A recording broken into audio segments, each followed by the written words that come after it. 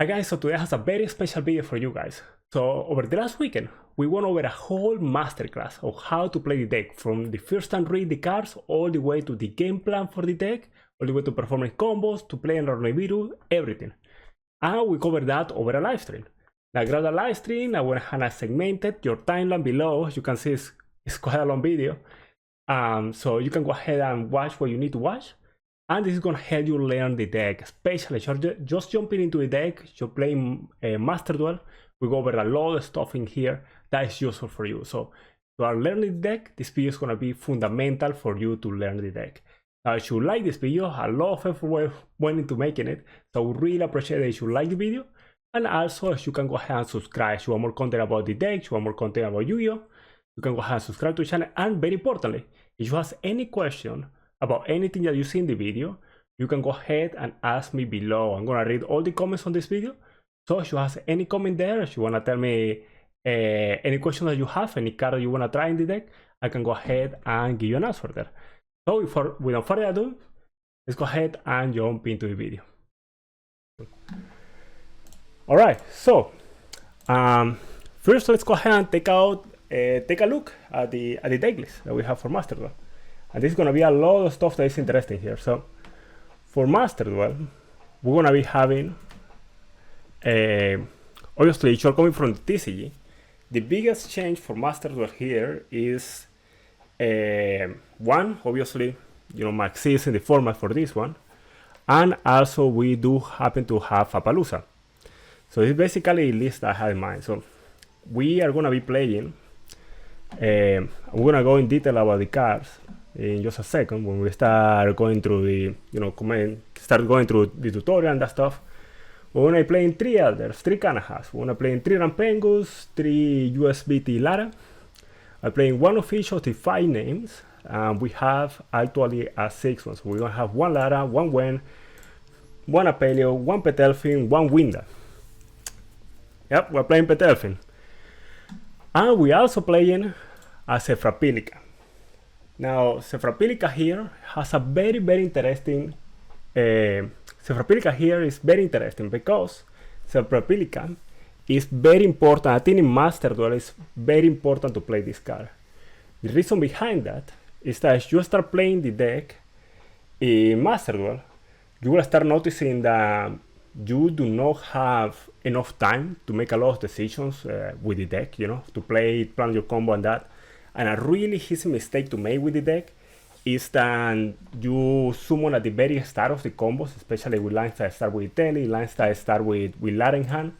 You summon from your deck the wrong card.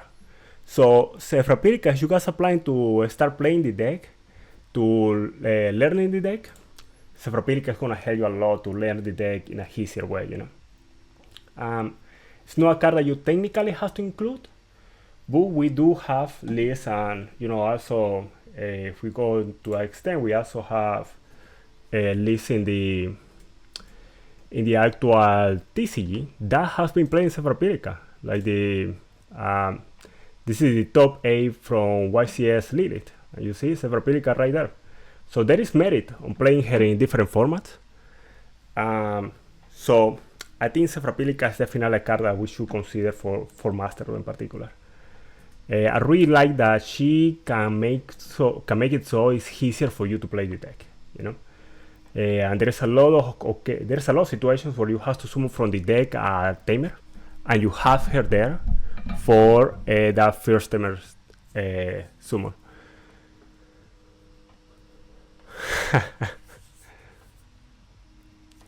I think Ultipetelfin is an interesting card. Sadly, it's definitely not the.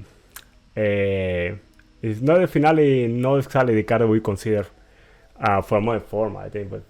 But I find it funny that we include literally here's like, well, apart from Sephra Wendy, we play every single monster except for Petelfin, no? Except for the Ultipetelfin.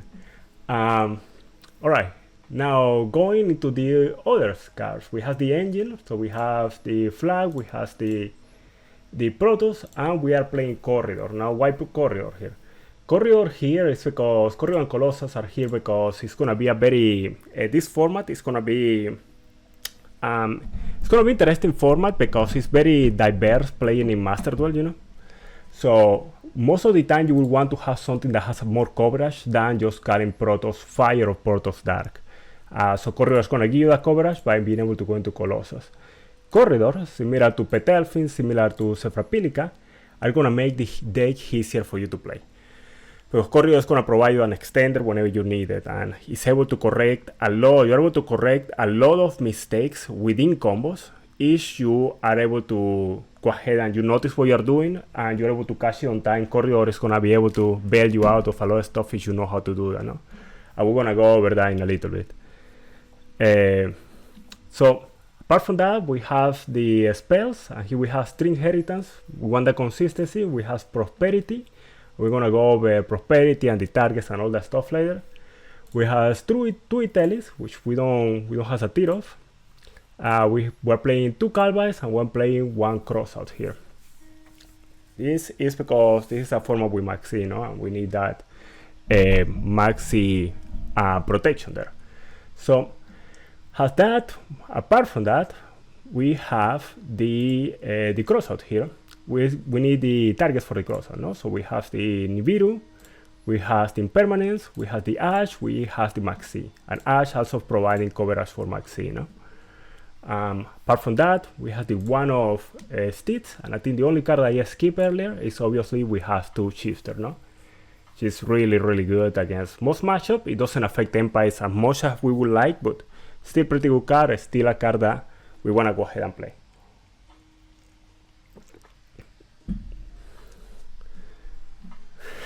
Proud enough, yeah.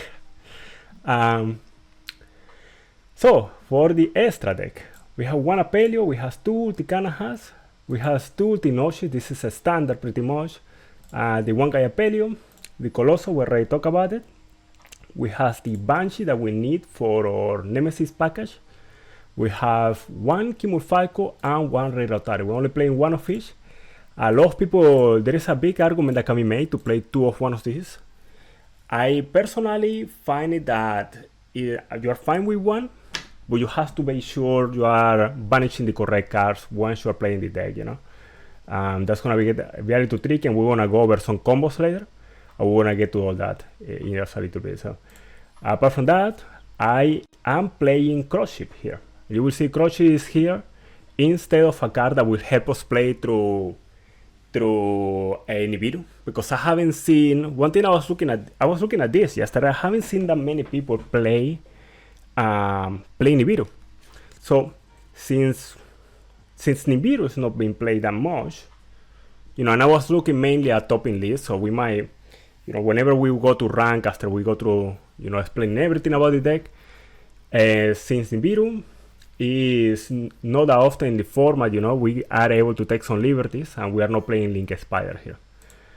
Now, if this was a list that you're going to take to a tournament in the TCG, I will play Link Spider, and we'll probably take out, obviously we cannot play a Palooza in the TCG, so we'll probably take that out, no?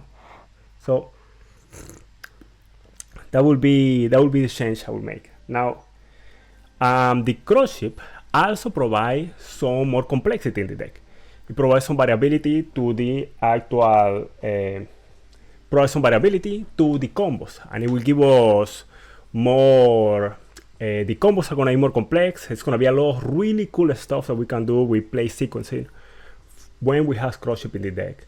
So apart from that, we're gonna have the SP, and we are playing and really liking the Unicorn and the Axe Scott. And this is something that I know I like, I know Julio like, and I know some people that don't like it as much. Like I know Jojo, he doesn't play in his deck normally. There's other topping Decklist like Shu doesn't play it. Other content creators, sorry, don't play it. But it really depends on preferences, you know. You can play these two. I personally like it because it gives you more ways to play going second. But you can also play Cialantis, that is a valid option. And also you can play other cards, and we're gonna touch on some of those when we're going through explaining the combos also.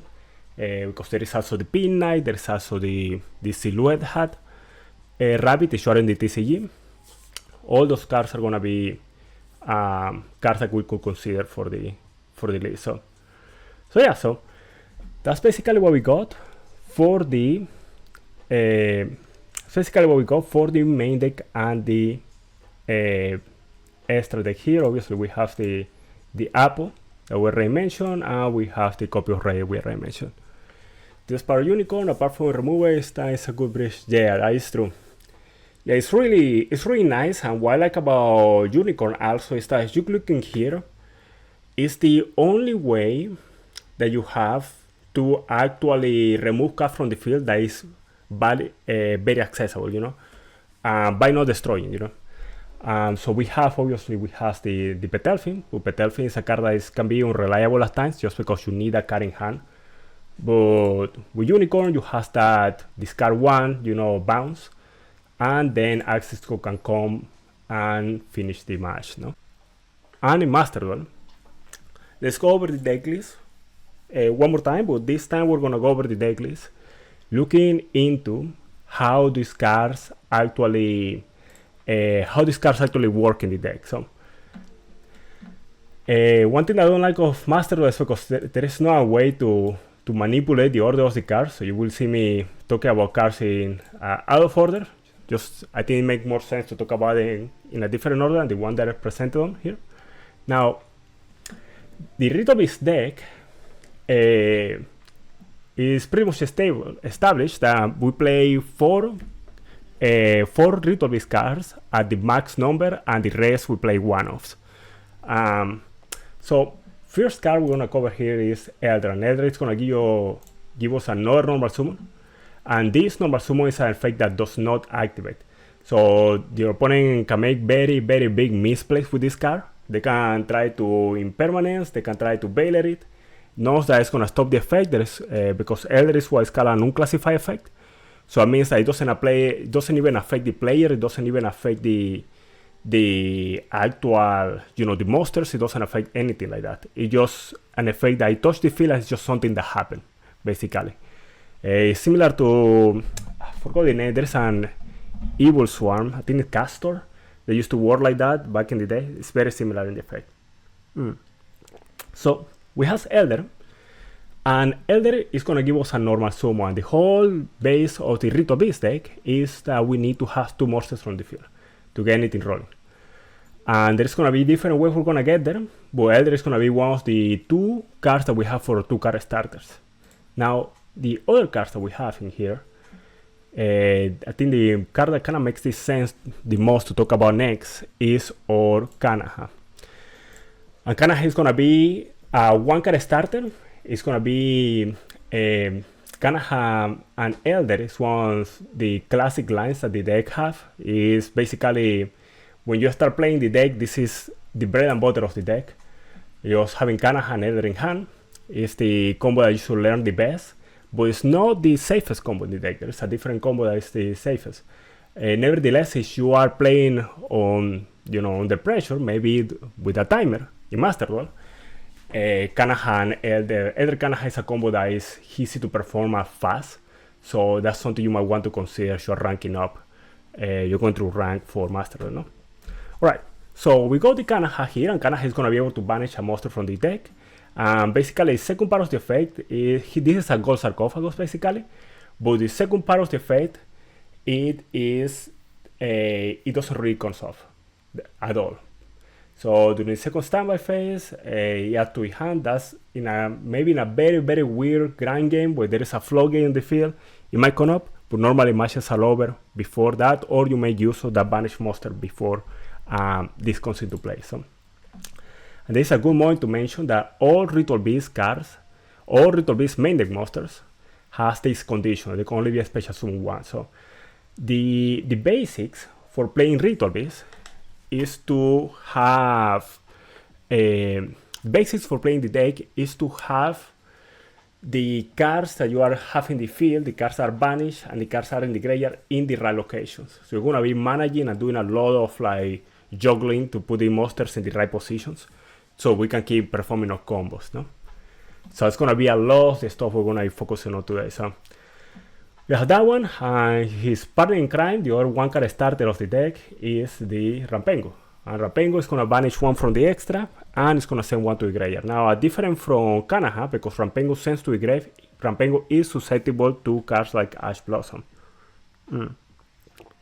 And also the one card starter for Rampengu is not as good as the one card starter for that we have for Cannahawk.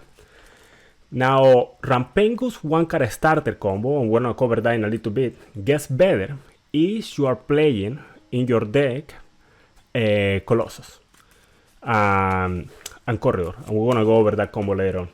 So the one card starter for Rampengu rather weak, but Rampengu can combo with Shifter.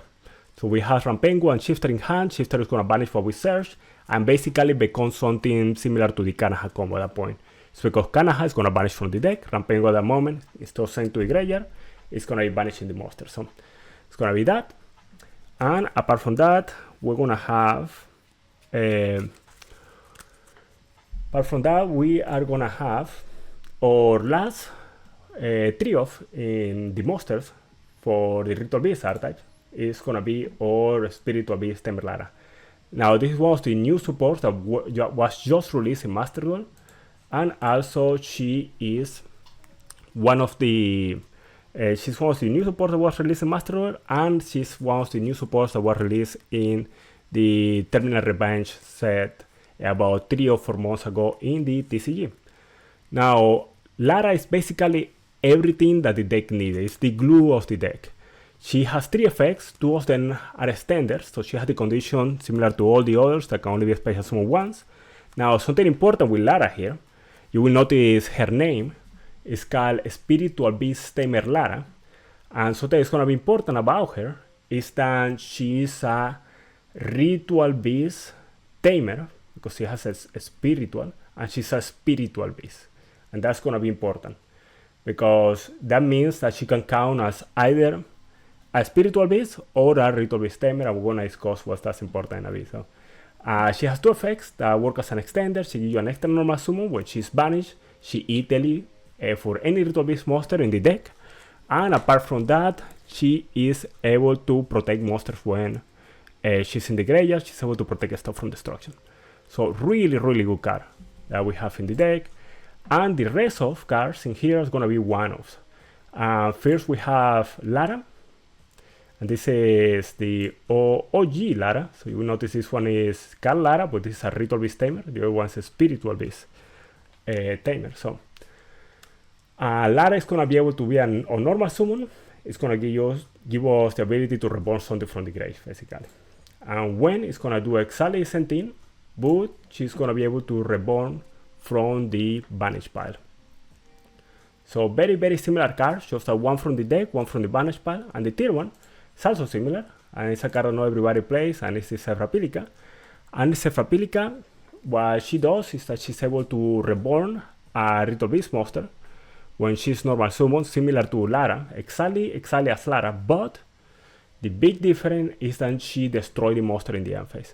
And that's going to be important, because there is going to be scenarios in which you're going to go to the end phase and you're going to, if the last summon wasn't with Sephra-Pilica and you want to kill the monster on the field, you're going to need to make sure you have a Spiritual Beast Tamer Lara in the graveyard to be able to protect your monster from destruction, no?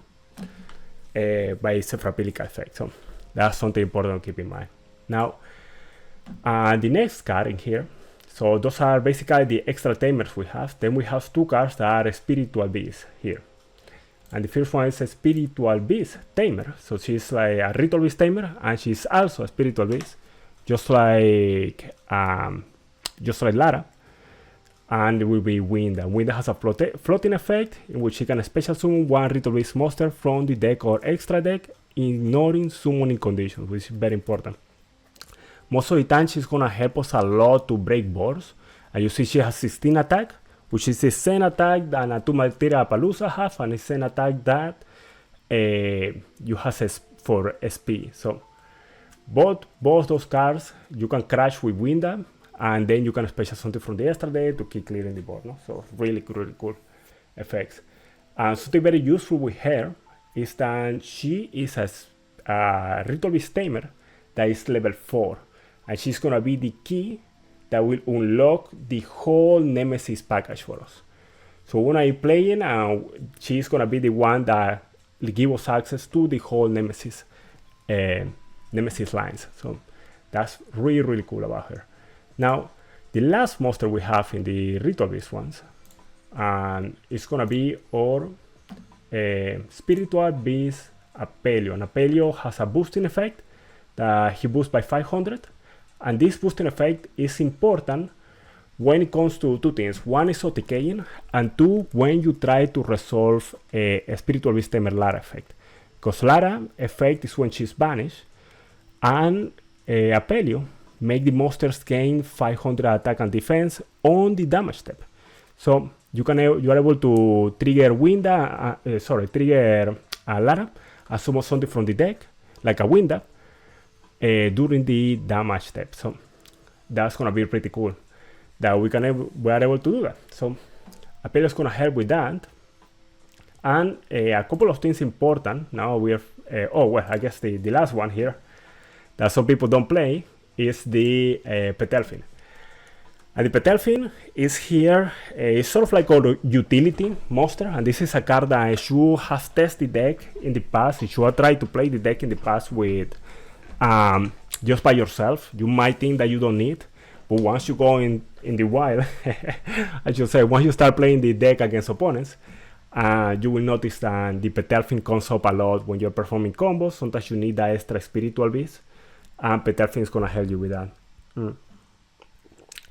Petelfin is gonna also help with clearing boards because of his effect. So it's a card that we're gonna often, when we need something that we need to get rid of, like a floodgate in the opening house, this is the only main deck out that we have. So that's gonna be important to have in the deck. Now, if you're playing the TCG, where you have a best of 3 format, we also have board breakers, so something like an evenly matched, but might be able to also do a job, or if you're playing Lightning Storm or Happy Fairs Duster, that stuff will help too, no? But yeah, Petelfin just in general is a card that you do not need, and there are some people that don't include it. I know, I believe last time I saw a JoJo video, he wasn't including it. Well, personally, I really like it, just for the ability of helping you with second mainly. Alright, so with these Ritual Beast monsters, a couple of things are important that are gonna go into play later on. So the typing of two of the monsters is important. So the Spiritual Beast Apelio is a Pyro monster. So a lot of the time, and this is important, this is relevant, because of Infernal Flame Banshee. That's a card we're gonna talk about later. So it's important to have a Pyro on the board for some pieces of the combos lines. Now, the other thing that is important here is that, the other typing that is important, I should say, is that Canna is a Thunder monster. This is going to be important for Colossus. It's going to be some combos in which we're going to summon, we're playing Corridor in the deck. We're going to summon Corridor, and we're going to need to use Corridor for the rest of the combo, maybe to go to Ultra Rare Rotaris, another card we're going to talk about in a bit. And then Canna is going to be the monster that will help us reach that Colossus at the end of the combo line. So that's going to be pretty cool. So we have the Canna there, and that's basically all the Ritual Beast monster we have here. Now, we're talking a little bit earlier about this Nemesis package. And what are the cards for the Nemesis package? Well, we want to have this Nemesis Flag. We want to have Nemesis Corridor, and we're gonna have Arch Nemesis Protoss.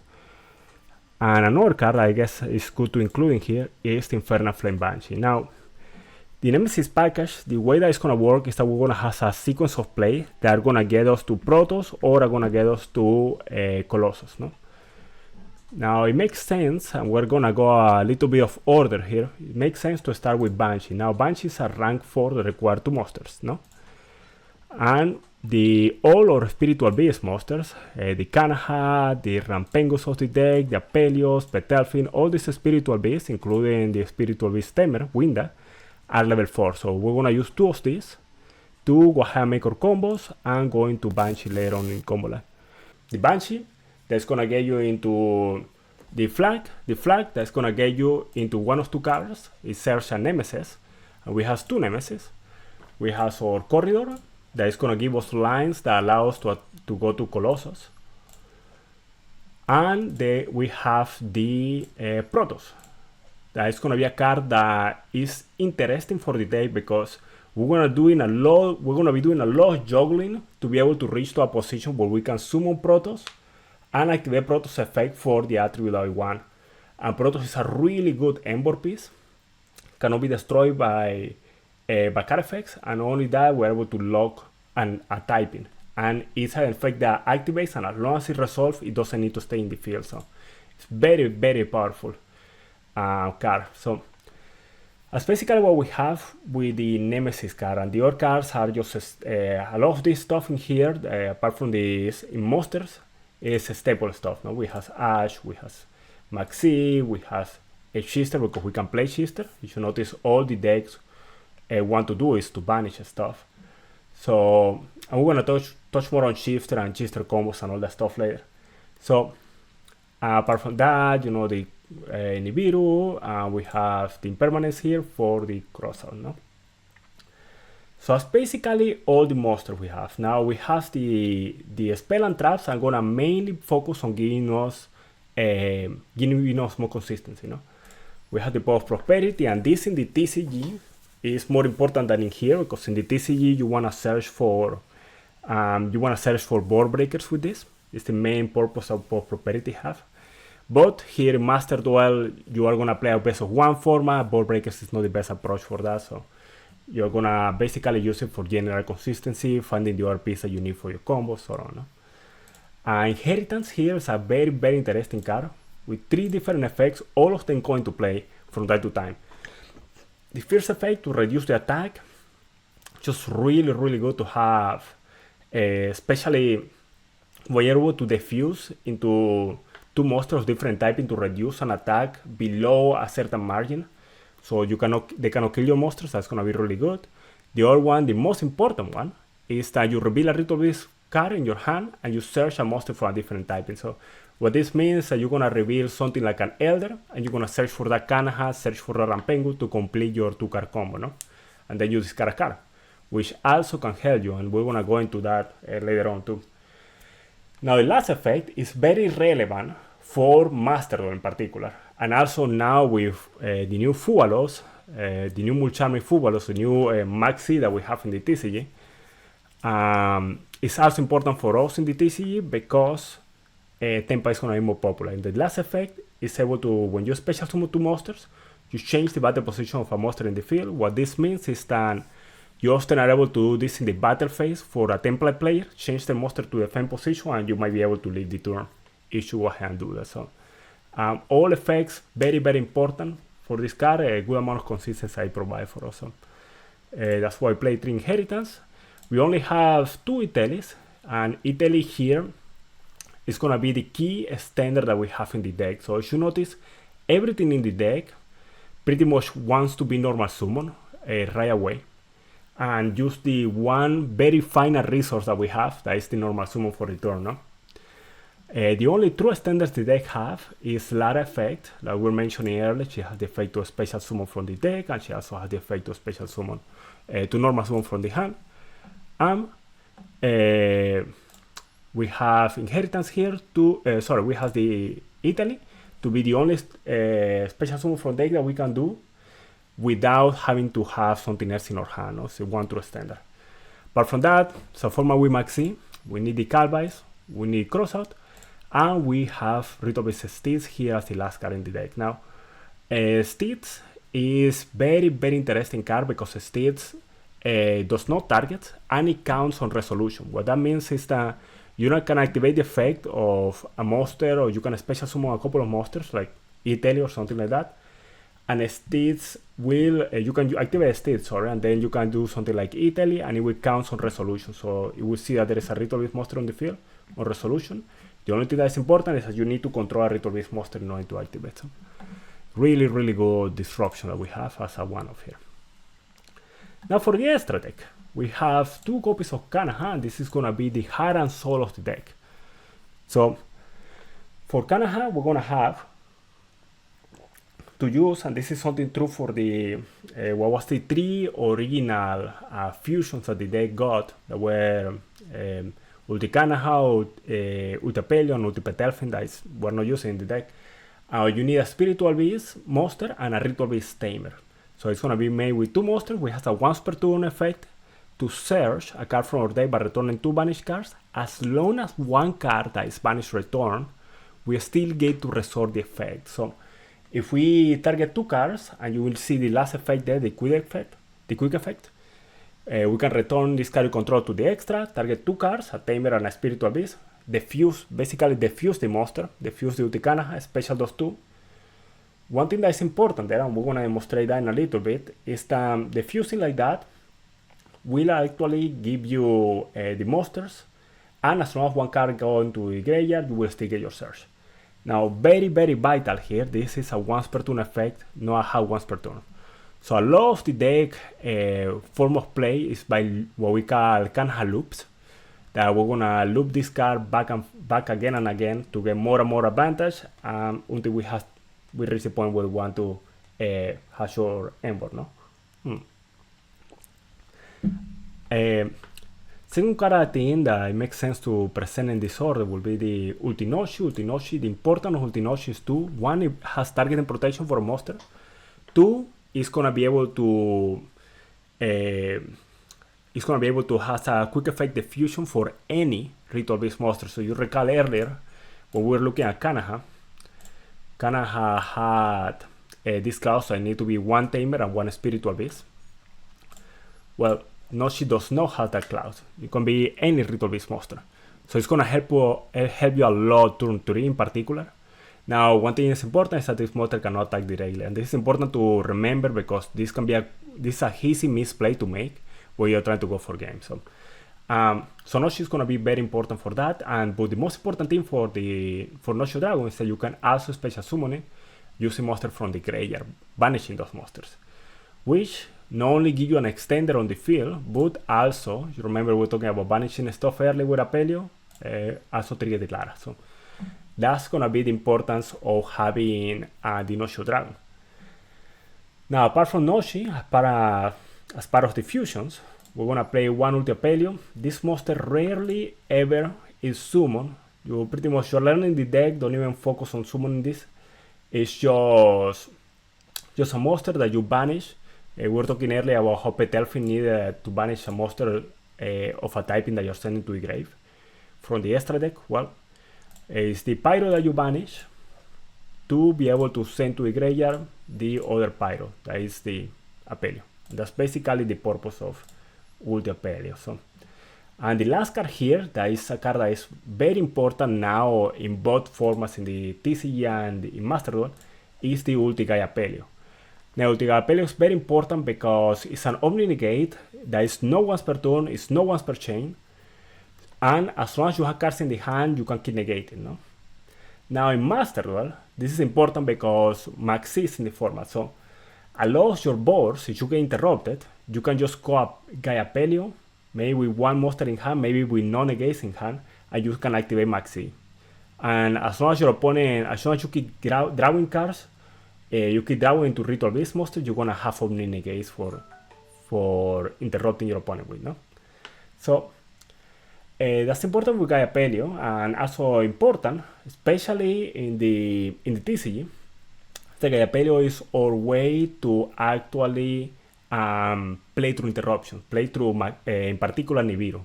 So we're gonna go over some anti-nib, I should say, combos later on, and you will notice that Gaia Apelio is gonna be key for that in the TCG in particular. Also, you can do it in the OCG, in Master Duel. But Master Duel you already has Apple, which can serve the same purpose if you don't have Ritual Beast monsters in hand, no? So very, very important card that we have. Another thing that's relevant about Gaia Apelio is that it's a psychic monster. We were talking just a second ago about how the Apelio, the Ulti Apelio and the Apelio can work together because they're both Pyro. Well, this is the psychic that we need for some of the combos to be banished with Rampengu. So, apart from that, the deck does have 2 link monsters. And we're gonna have the first one being Ultikimu Falcon. Ultikimu Falcon is gonna be a monster that we make mid-combo most of the time to get another normal summon. Because we mentioned earlier how the deck is hungry for normal summons. And not only that, Ultikimur Falco is gonna also be able to defuse, and this is gonna come relevant when we start doing Nibiru lines more than anything else. It's gonna be able to defuse into a Spiritual Beast monster and into a Ritual Beast Tamer, similar to how Canna and the other fusions were able to do. So that's the stuff that is relevant about Ultikimur Falco. Now, one detail about Ultikimur Falco that is extremely important, that it is what it doesn't say in here. And it's that Ultikimur Falco is the only monster, so if you check the monsters in the main deck, they all have the restriction, can only be a special summon once per turn. You check the monsters in the extra deck, for the most part, they have the restriction. Must be a special summon from the extra deck, but manage material control, and this cannot be special summon in any other ways. So you have also the Ultinoshi that can only be a special summon once per turn. So you have this monster with the restrictions, but Ultikimur Falco has not special summoning restrictions.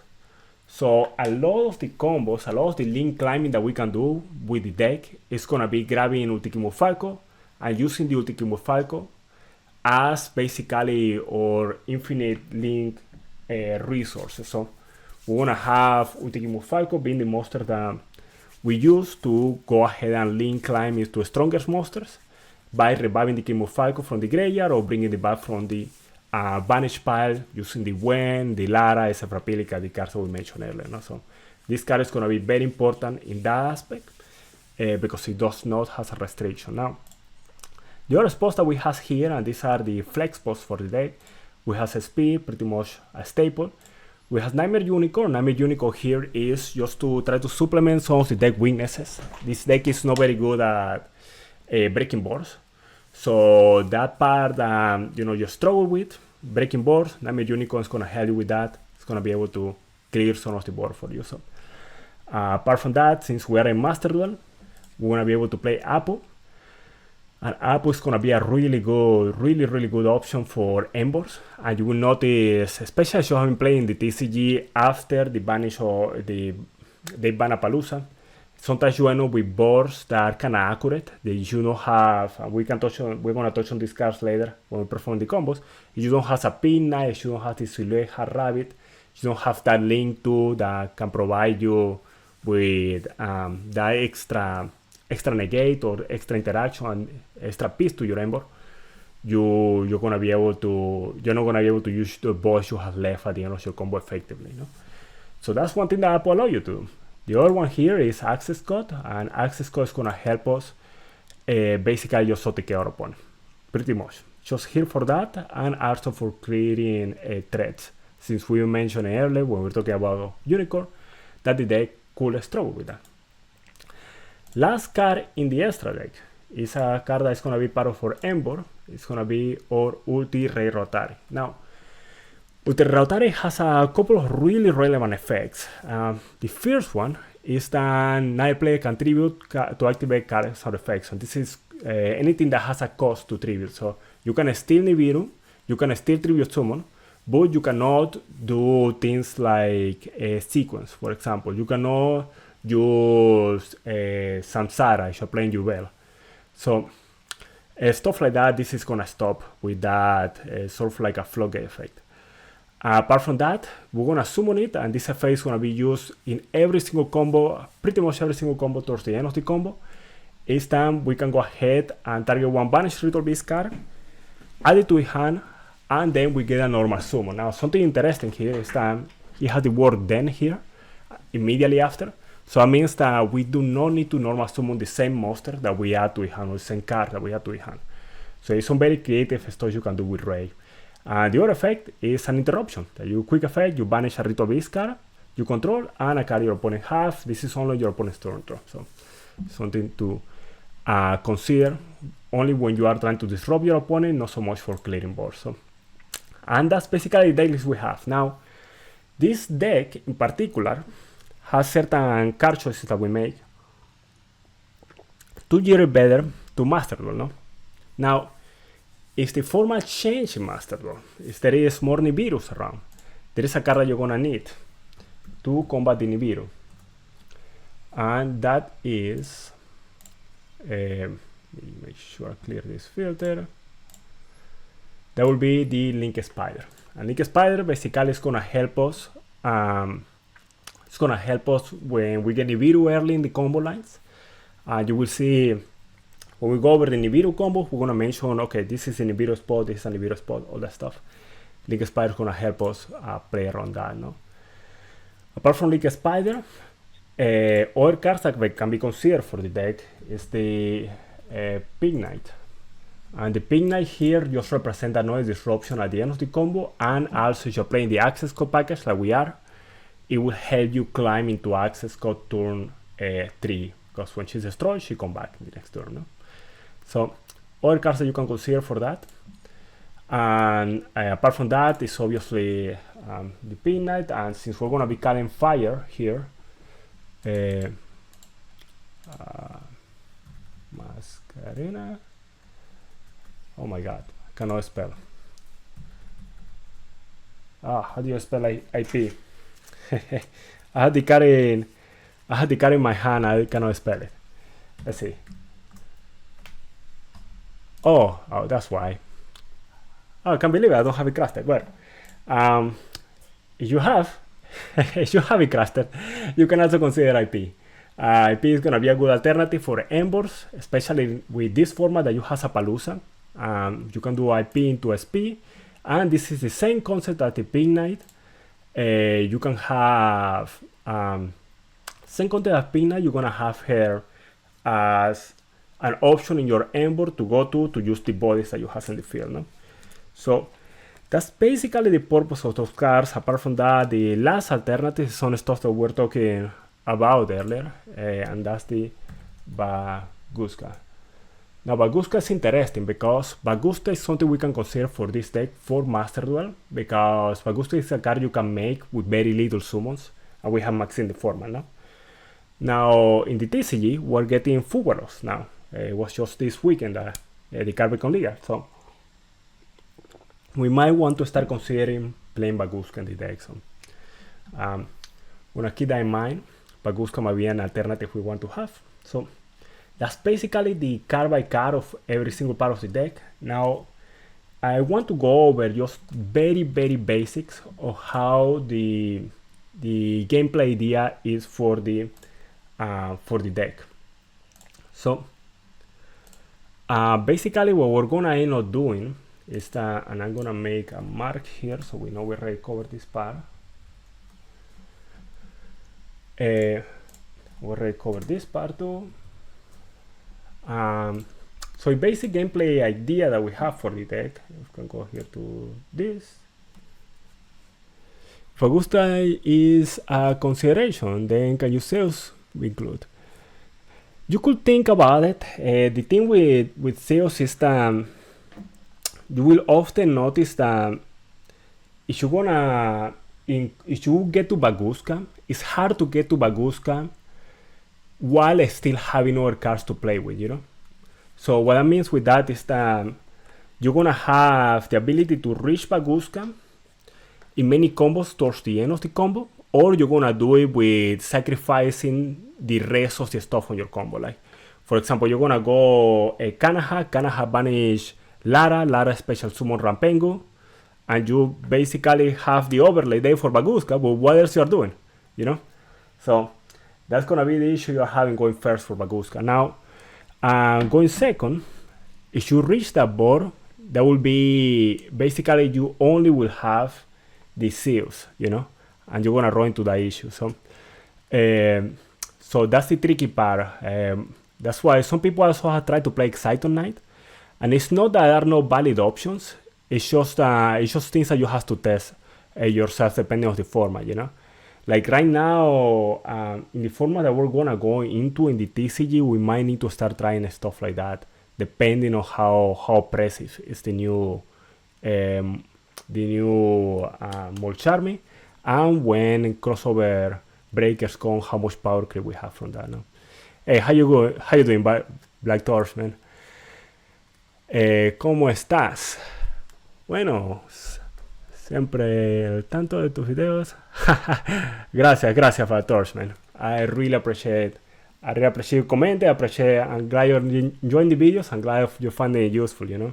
it's been really cool. It's been feeling really good that now we have so many people interested in the deck, you know, and it's been cool also that streamers have been playing the deck, and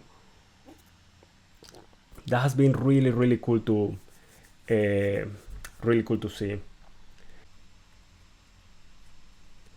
Yeah, so the way that you mitigate barro is that it depends, no? Like you have in Master Duel, you notice that to be honest, a lot of decks struggle against like floodgates just because it's a best of one format.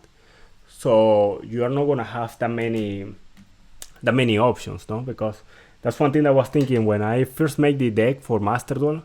I was thinking, okay, you know, we make it like the TCG, we put a bunch of board breakers, we have maybe lightning storms just to cover more for the barro, but you don't really have that option, you know. So the best way to mitigate it is to have a Petalfin in the deck and go Petalfin early in the combo. Now there is some alternatives that you have early in combos to go for SP, and depending if you have an extender in hand like an E-Tele, you will be able to actually go ahead and use the E-Tele to keep playing, no? And maybe make it a Noshi, stuff like that, no?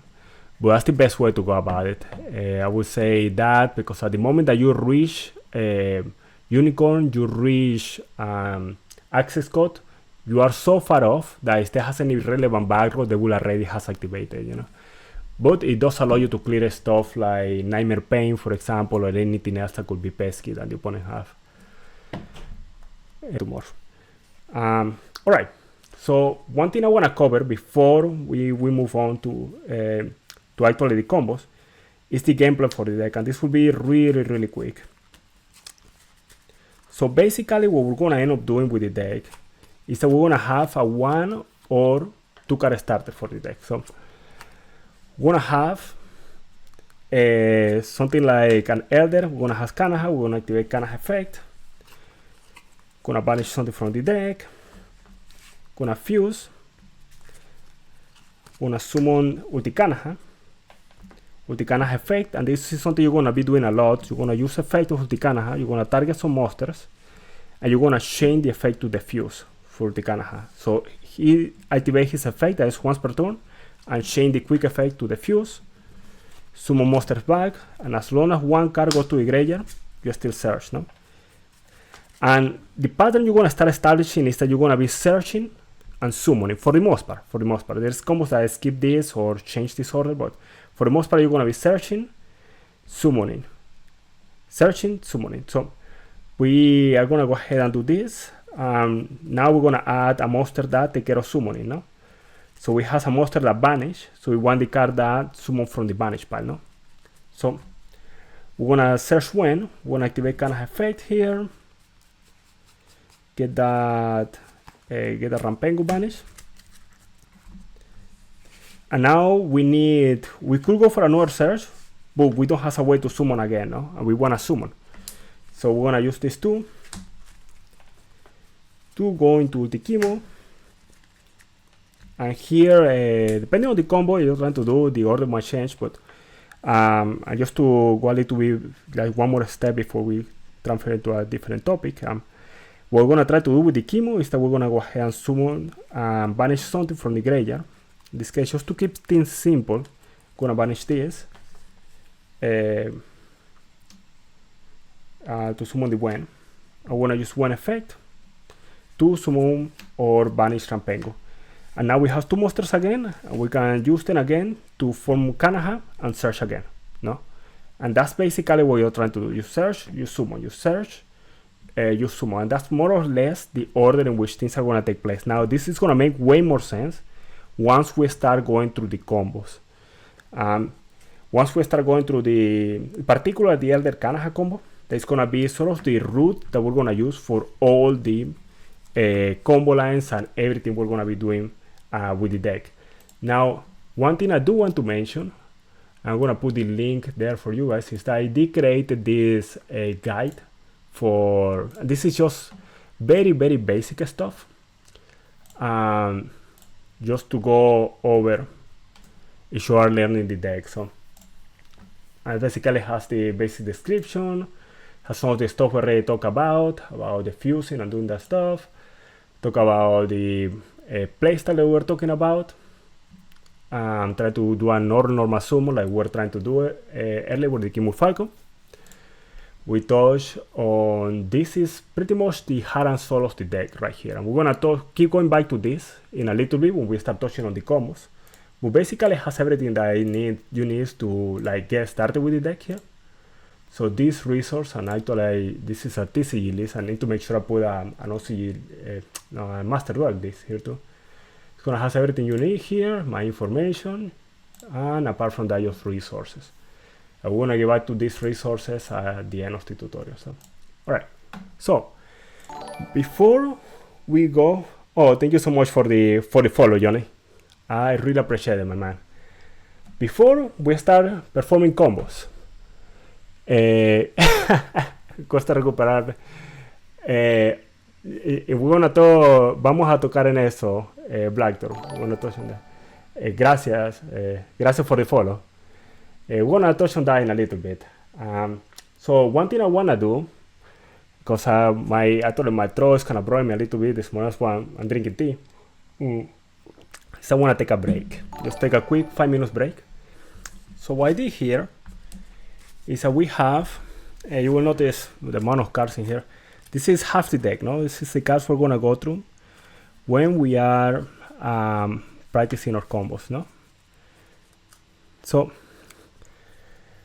the first point, the most important part of the whole deck, of playing the deck, is to know the vital sequence that you need for the combos of the deck, no?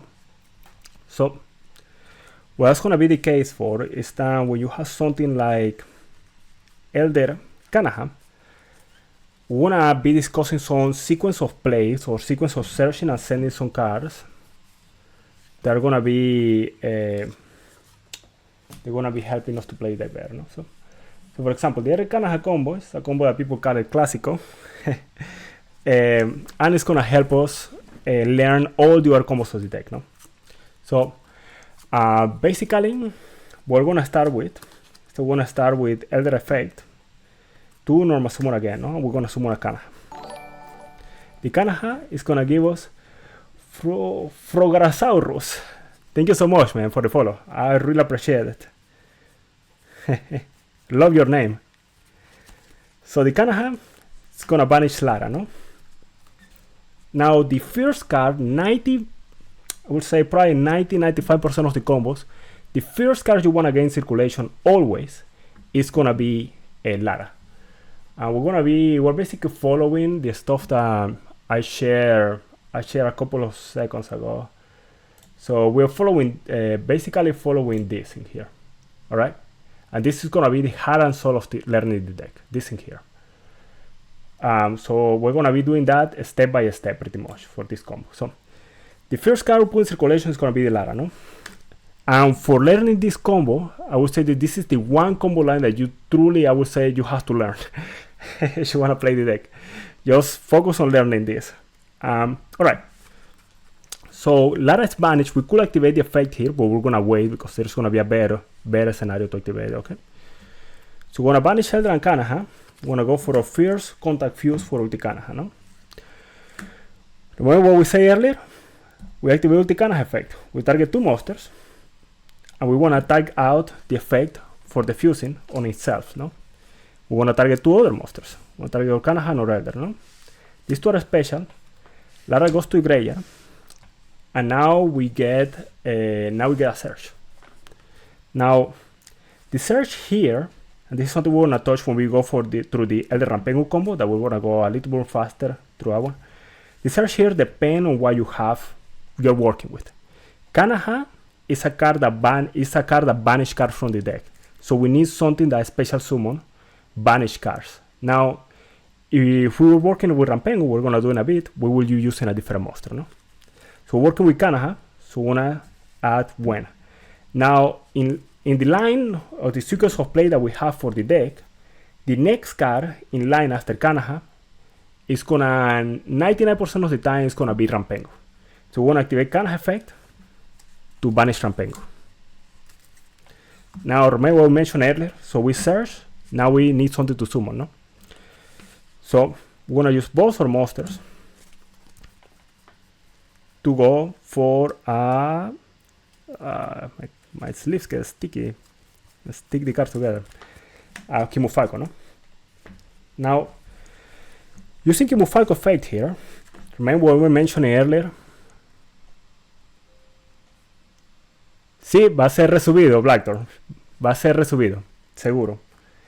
Using Kimufalco effect, we're gonna banish Lara. Remember earlier we could have activated Lara effect, but if we do it now, we have something interesting happening because we banish the Lara, 2 normal summon when, and because when trigger on summon, now we have 2 triggers at the same time, so we get to decide which one to activate. So now we can activate Lara effect at chaining 1, and that way we play around Ash Blossom because we chain lock the Lara.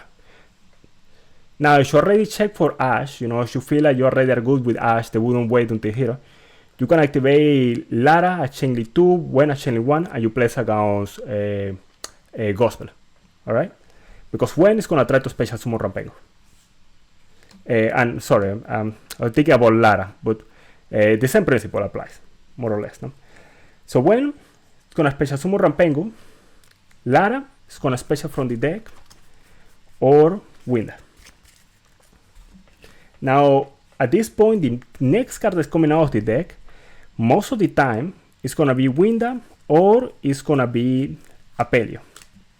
And this is one of the things that are gonna vary the most about the deck.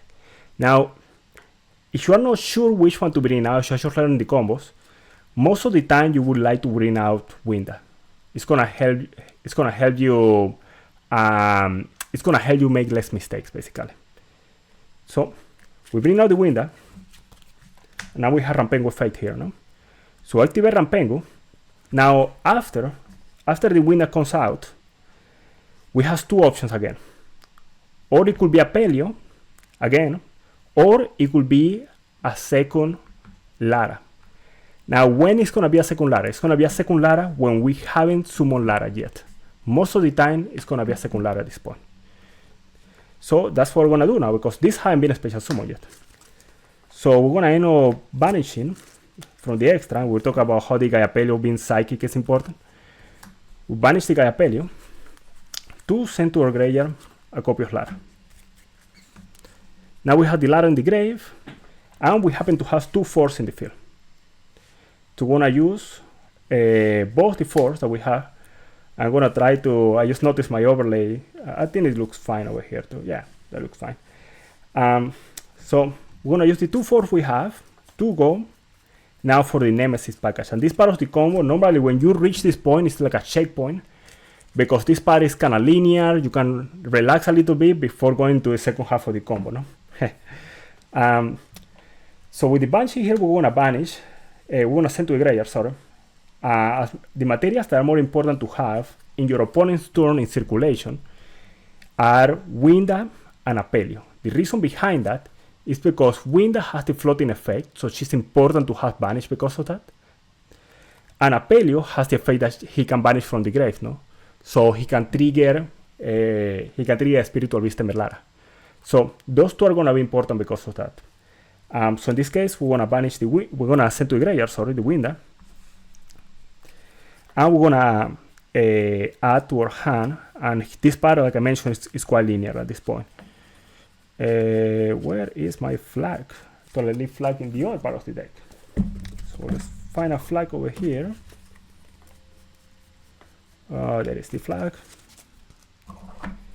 So we have the flag, add to the hand, and we're gonna special summon the flag. Now, a detail that is important here is that when you're performing the combo, before you go for the flag part of the line, you will really like to have something banished that is a fusion monster.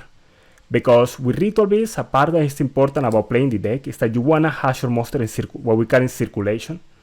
That basically means having them banished or in the graveyard, no? And we're talking about main deck monsters for the most part. So the Gaiapelio here is going to be a card that goes back to the extra deck, summon flag, flag effect. Here we have 2 options.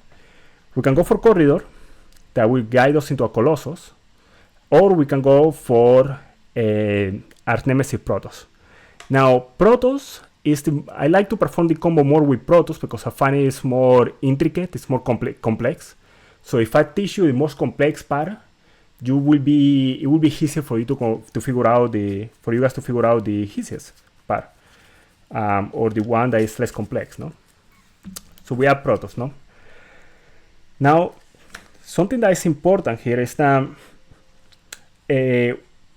one detail that I forgot to mention actually before we make Banshee is that before you summon Banshee, you wanna keep level 4 monsters on the field. And you will notice that we're gonna be very, especially when we get into combos like the E-Tele Cannahawk Combo, we're gonna be very, very like proactive about doing that, about keeping a level 4 on the field, because 2 4s on the field can be Banshee, can do all this stuff, no? And now after you summon the Banshee, you wanna keep Tamers on the field.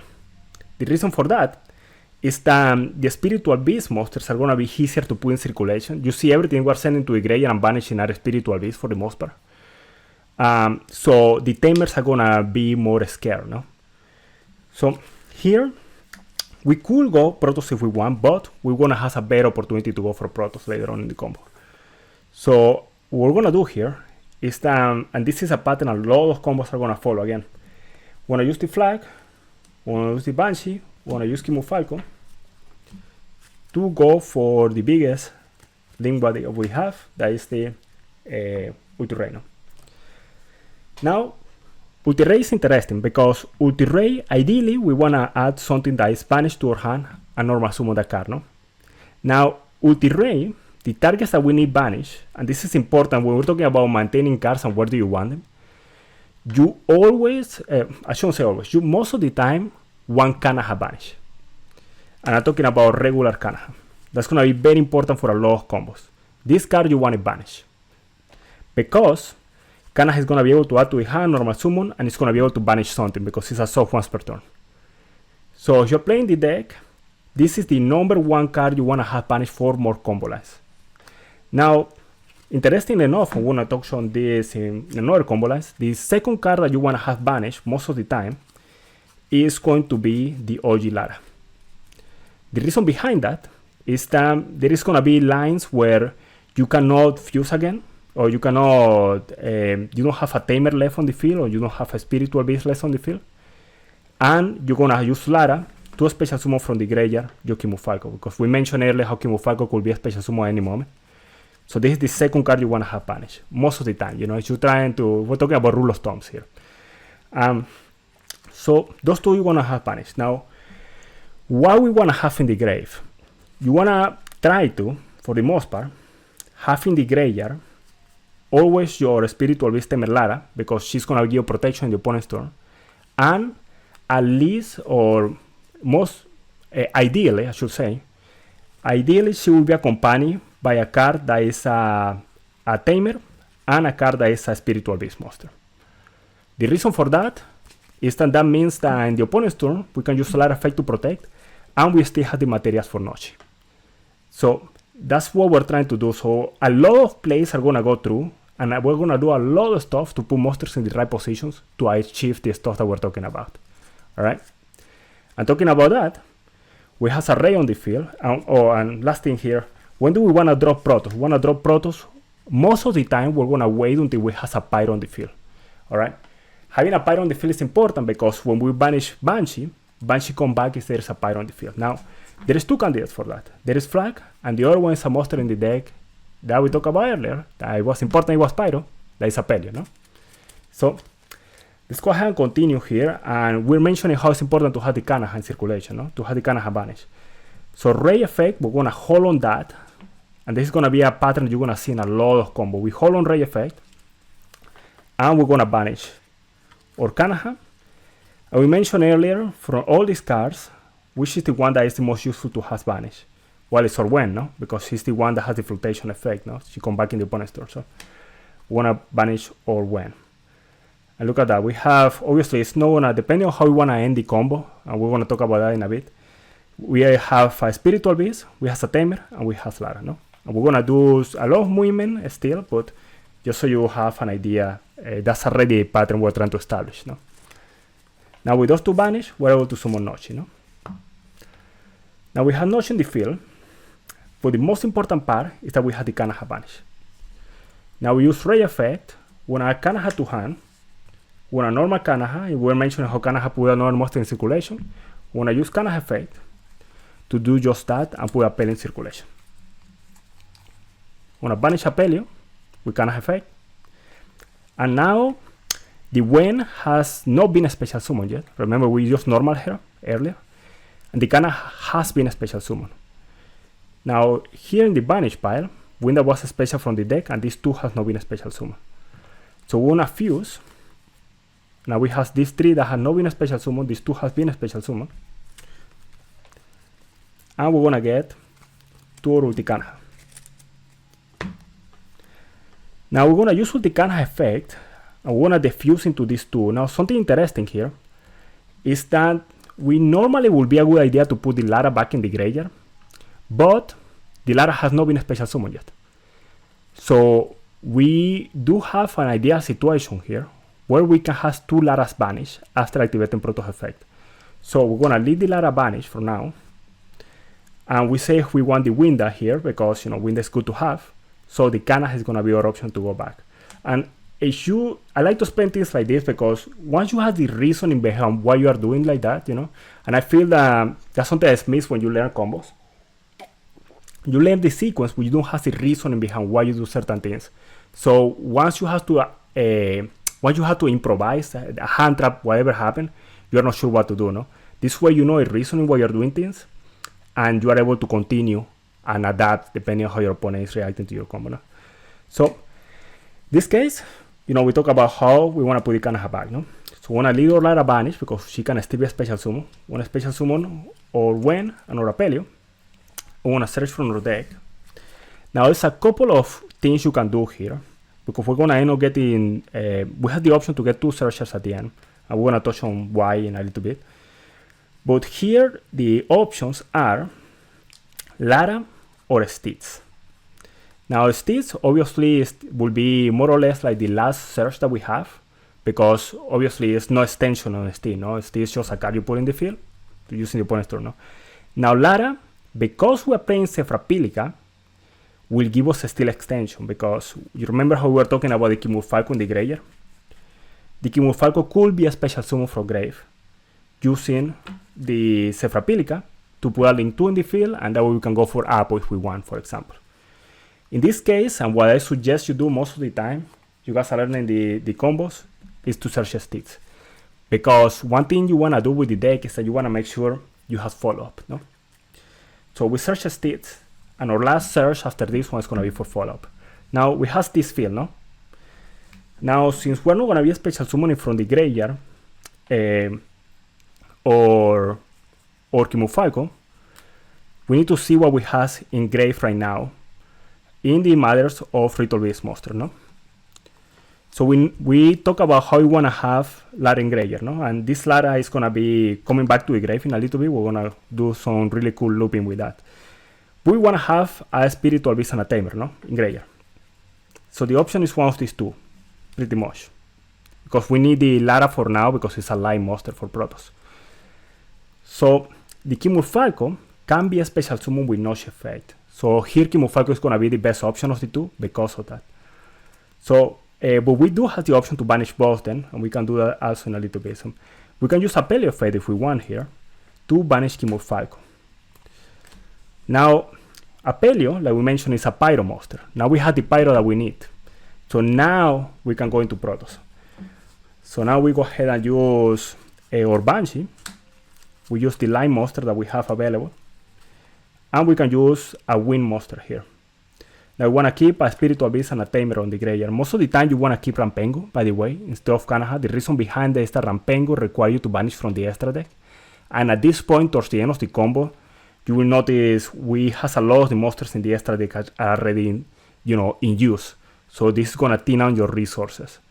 And you already has a bunch of stuff in circulation, you don't need the effect as much. So Canna is going to be the best monster to have banish of the two. So we want to banish this three. Now we put our Protoss in the field.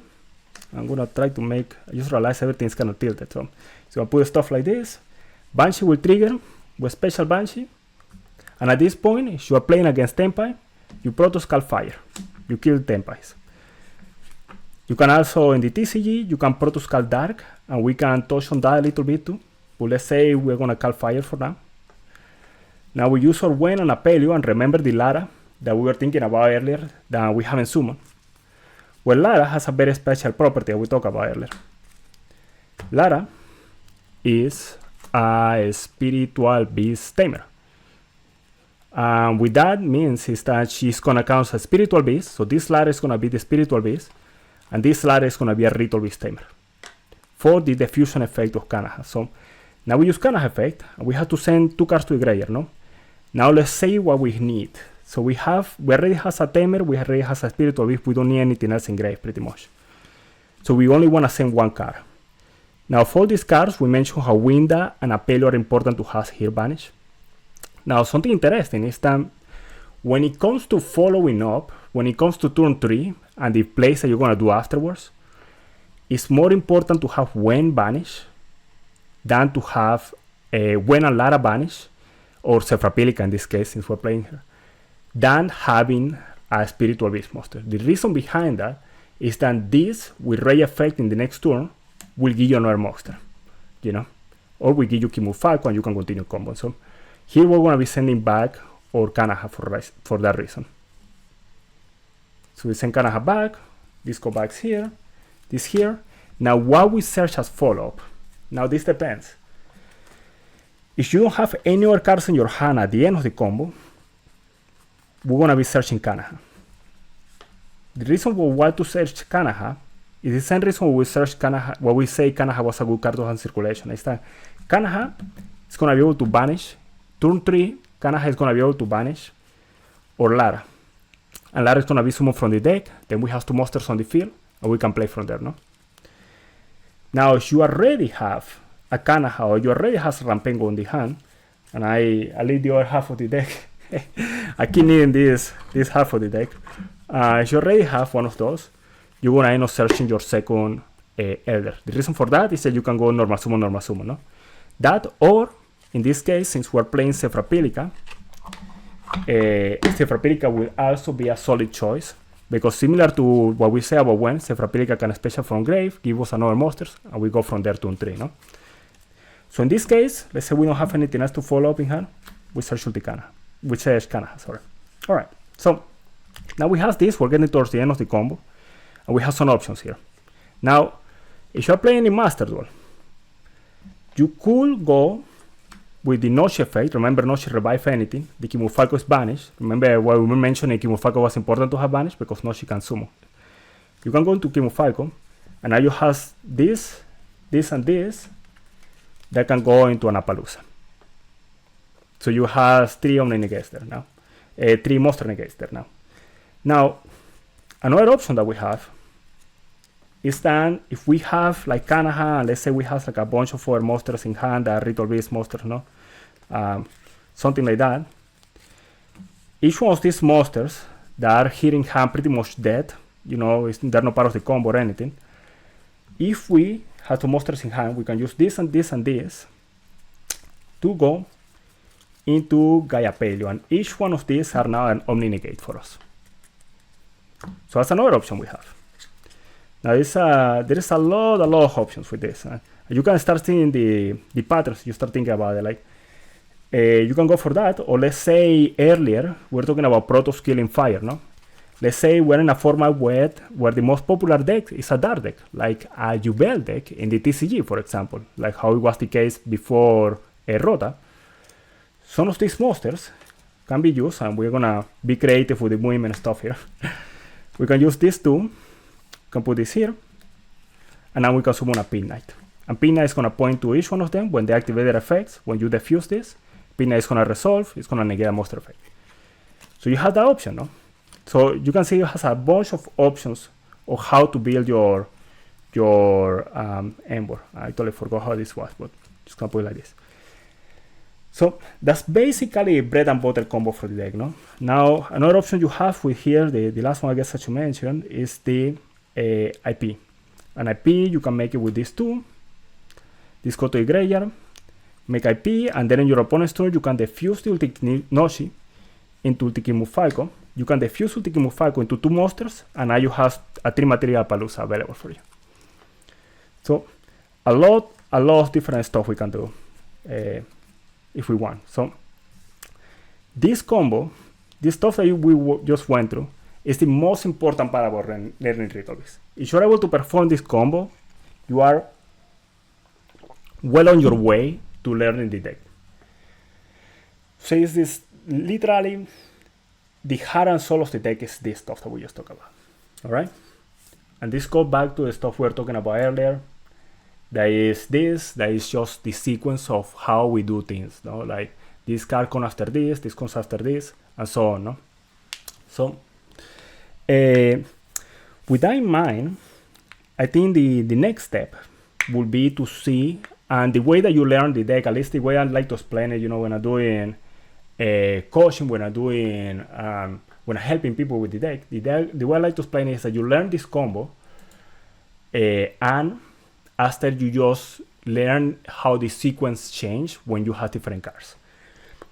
And that's how we're gonna do now. So this is basically the sequence we're gonna have. So you saw how we were banishing stuff. We had as array Canna, so we went Canna, Rampengu, Winda, Apelio.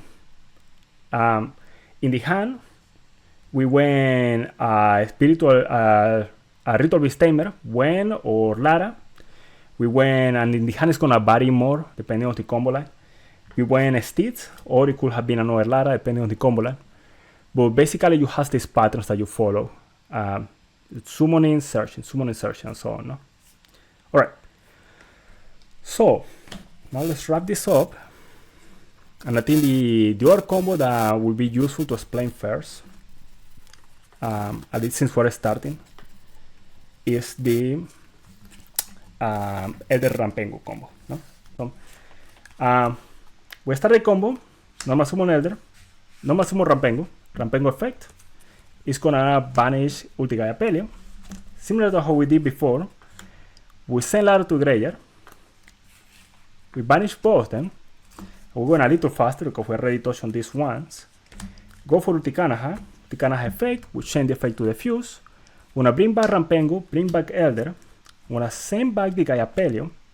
And we're gonna search. Now, the important thing here is that Rampengu is going to send monsters to the graveyard. Because Rampengu send monsters to the graveyard and Cannahawk banish the monster, Rampengu is gonna work better with Lara, and Cannahawk is gonna work better with Gwen. So, and by the way, we could go self-replica because we're playing here, but let's assume a lot of people are not gonna want to include this card, so we're gonna go for something more traditional here. Go for Lara here. All right. Now we're talking about Rampengu, and we're talking about sequencing. No? The monster that we did earlier, because we already have in hand, was Cannahawk. That's the first one of the whole sequence. So we use Rampengu effect now, and we are gonna banish Cannahawk to send to the graveyard a copy of Cannahawk. Alright, so now we're mentioning, we have the sequence. No? This is basically, if you notice at this point, we're basically doing the same combo. Elder Rampengu, go to the graveyard, get Kimur Falco effect. You remember the triggers that we had. So we banish this, we summon Lara. Now we have Lara, SBT Lara once, Channeling 1, normal Lara or OG Lara, Channeling 2, summon Cannahawk, we protect SBT Lara from Ash. Now, if you think you already passed the Ash the opponent will have used, instead you change the sequence and you protect this one from I think it's Gospel. Yeah. So we do that. This summon the Cannahawk. We use the Cannahawk effect. Sorry, we have this trigger. This summon this Lara effect. As chaining 1 to summon Winda. Exactly the same thing we were doing earlier. Now we use Cannahawk effect. Remember, Lara has not been a special summon yet. So we get the other Lara in circulation. And now we have to force overlay. And we go for this part that is mostly just scripted. Banshee effect, get that flag effect, get that Protoss. Exactly the same thing we did earlier. Now we have Lara instead of when. So now we use all this. Going to Ray. Remember to hold on Ray effect because the card that we need to have banish is Cannahawk, no? So we're gonna banish Cannahawk, and similar to what we were mentioning before, we want to have that win the banish, no? And here the option, actually funny enough, could also be Ulti Kimurfalco if you want. But if you're playing Sephra, you might want to keep it in graveyard just to, summon her later on in the second half of the combo, no? So, banish, special Nochi, now Ray effect, grab Cannahawk, summon Cannahawk effect, and you notice it's literally the same sequence of play. So, by learning one combo, you are already learning both combos. The only thing that changed is that you're using Lara instead of Wen. Alright? Literally the only thing was changing. Lara instead of Wen. So, we banish Apelio. We fuse here. Get the Cannahawk. We defuse here. Get the Apelio and get the Lara. We want to have the two Laras banished because we're going to defuse into them in a little bit. Now, something interesting, actually at this point, is that in this line, and this is a small optimization, very tiny optimization, in this line, we could summon the two Laras first. And what that's going to do is that in some Embors, you're going to notice we're going to end up having a Gaiapelio in the Embor. But for having Gaiapelio in the Embor, we're going to need to have, when we have Gaiapelio in the Embor, we're going to need to have the Laras banished because we're going to use them as material for Gaiapelio, no? So, instead of summoning these two here, we could, notice my settings kind of freaking out for a second. We could summon the two Laras. Alright? Could summon the two Laras. We could send back, let's say we want to send back, in this case, we want to have these two banished. We want to have these two, haven't been a special summon yet. This is a good card to have banished. We summon back this, we put this back, and we search, no? Now, like we did earlier, we could go Steeds, or we could go for the stuff we talked about with this and this Sephra since we're playing here, no? Steeds. Now we banish. And this is a small optimization just for this reason, because now you can go Ulti Cannahawk, and Ulti Cannahawk can send both of them back. That way, you notice earlier we didn't have any Laras in the graveyard when we went for Gaiapelio. Now we're going to have two Laras. So one is banished for Protoss, but the other one's going to be there. So we summon these two go to the graveyard, and we search follow. We don't have anything else in hand, so we search Cannahawk. Now, we can go for a couple of options here. So, one, Apelio effect, just like we did before. Kimurfalco is a good card to have banished. Or we could go and banish Cannahawk instead. Both then are going to end up being banished at the end. So, Kimurfalco, banish with Apelio. Protoss, summon Protoss. We have the Banshee. We have some Light Monster. And we want to keep a Spiritual Beast and a Tamer. And actually, in this case, funny enough, we could keep both Laras in grave and banish Gaiapelio instead. So we have Banshee, we have some Light Monster, and we also have our Spiritual Beast. That is a win. Banish all three. This is summon. This come back. We kill fire if we want, and we have the monsters. So we can decide to whatever Embor we want, no? From here. So that's basically both combos. And the only change that we make is that if we're one with Rampengu, we are doing so we're doing Rampengu, we are doing Lara, basically. So that's the change we did for the combo, basically. Alright. So those two lines are the basics, no, for everything else. Now we have those two lines. Now let's go ahead and see how the combos change and the sequence change once we start involving our hands, no? So That was the Elder Canna, Elder Rampengu, no?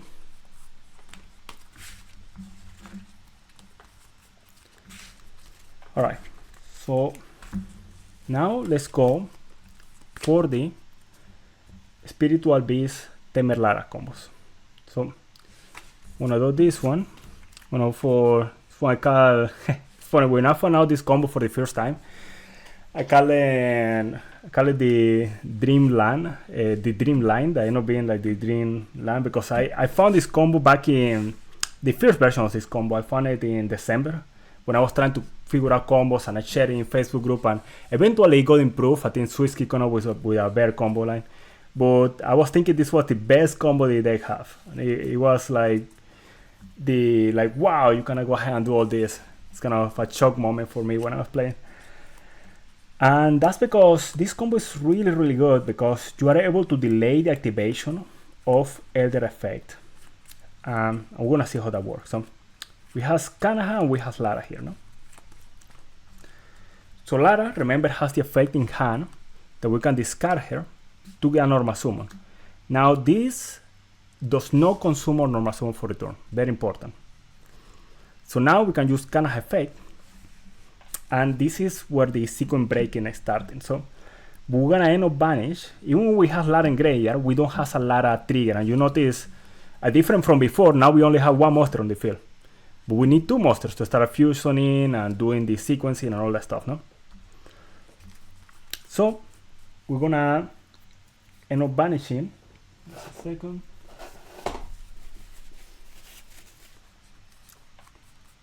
Gonna end up banishing another Lara. Now, the first objective you have with this combo is to have Elder with the SBT combos. The most important thing that you need to remember is that your objective at the start of the combo is to have Elder plus Rampengu or Elder plus Canna in hand. That's the most important thing that you need to remember about starting the combos. So, we manage Lara, and this is part that is a little tricky to think about because if you are playing, and this is why I say Sephra made the deck easier to play, if you are playing Sephra, here you put Sephra on the bottom, you are good. Now, if you are not playing Sephra, a lot of the combos are gonna make you do the hard decision if you wanna banish, if you want a special summon from the deck Gwen, or if you want a special summon Lara, or if you want a special summon from the deck Elder. And there's gonna be some sequence that you cannot do certain things because you misplay summoning the incorrect name, and that's gonna be a little tough. So I would say, since this is for people beginning to learn the deck, and this might actually mess me up with the combo, I just thought about this, but let's go ahead and do Sephra, okay? And I would recommend, if you are learning the deck, you just start a Master Duel playing the deck, or if you are just learning the deck in the TCG, I recommend you definitely play Sephra. It's gonna make the deck easier for you to learn because of the stuff we talk about. Alright, Sephra is on the field. Now we have two monsters. Now we wanna fuse into the Cannahawk. Now something interesting here is that we could defuse the Cannahawk into Lara and Cannahawk, but we have a better play if we just wait for the diffusion. And the way that we do that is that let's go ahead and use let's use the Cannahawk effect to send two cards back to the graveyard. I wanna send Lara, we wanna send our Sephra here, okay? So we wanna have this engraved. This go back, and the Cannahawk is gonna be important to have banish. Like we mentioned earlier, it's very important to have Cannahawk banish in general, no? Oh, sorry, this stay in the field. We only activate the effect, we don't change the diffusion. And like we were mentioning earlier, what we want in hand, we want to have these two in hand. Which one we add first? If we don't have either, we add Rampengu first. The reason behind that is that Rampengu by itself can help you continue the combo. Elder, if you don't have another monster in hand, it's not gonna do anything. It's just gonna be a normal summon that is gonna waste the effect, no? Now, we're at this point, and we are ready to use Lara effect. Now we need to remember that. We wanna banish both Laras to summon Noshi. And now we have a really good opportunity to defuse our Cannahawk. And remember, Cannahawk has not been a special summon yet. So we wanna use our Cannahawk. And the thing to remember with this is what I was mentioning. You know, you have the Elder and you have the monster that you didn't start with. So we have Rampengu. And now we're gonna use both Laras again to go into Cannahawk, send both Laras back. We want the engrave, no? And we have Rampengu, we have Zelda. And now we have a second to have a flashback. We remember that we did not normal summon for the turn because we use Lara effect at the start of the combo to normal summon our Cannahawk, no? So we haven't normal summon yet. So we normal summon Elder, normal summon Rampengu. Now we use 2 in field, we can use Rampengu effect. And here Rampengu can go for, we have 2 options, and I'll be honest with you, I'm kind of forgetting at the moment which one of the 2 is the one you want to go for completely. But normally it's Winda or it's gonna be a Pelio here. You notice we're following exactly the same sequence. Oh yeah, the Cannahawk, all the Ritual Beast monsters, for the most part, all the main deck monsters are soft once per turn effects. So this is a soft once per turn, this is a soft once per turn. So every time they come back to the field, they refresh the effect, and you can use the effect against Sekiro. Yeah, thank you for the question, by the way. Here we go. All right. So we're gonna go Psychic.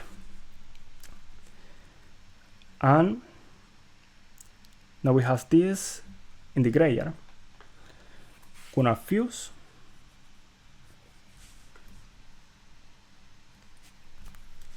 We're going to, where is all the Cannahawk? Summon the Cannahawk fetch and the fuse. And we noticed Cannahawk has not been a special summon. Now another thing to remember with this combo, yeah, you can summon, you can search as long as you summon it back. You can keep searching. Yeah, that's the key. So we're gonna go ahead and we're gonna special summon. This is the other thing to remember with this combo. None of these have been a special summon.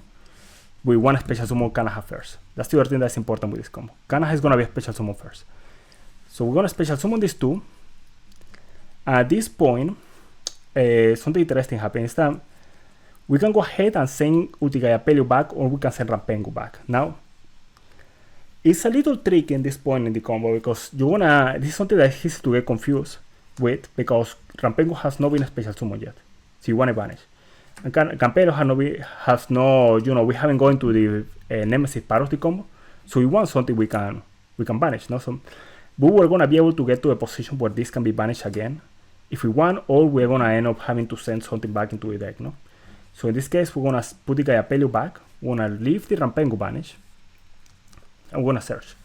Now, we're working with Cannahawk here. So what do we search in the deck? Well, we're gonna search, since we're working with Cannahawk, we search for 1. And we use Cannahawk effect here. Cannahawk effect for Apelio.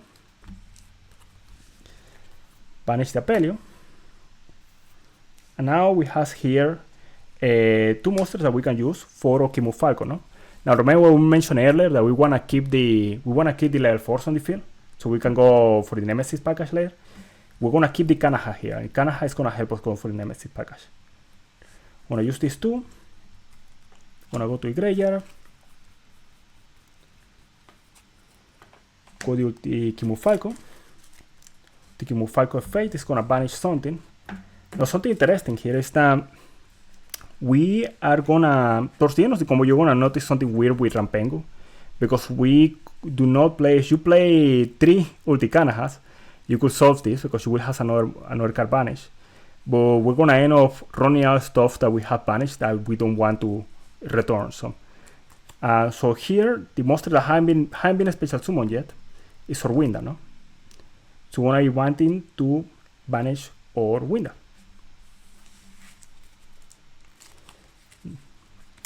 Now another thing that you could do here, actually, just realize this, is that instead of the Winda, instead of the Wen in hand, and I guess I'm doing this because I'm kind of trying to explain the deck in sequence, but instead of the Wen and the banishing of the Winda, you could go Lara here. This is what I was mentioning earlier, because You could go with Lara.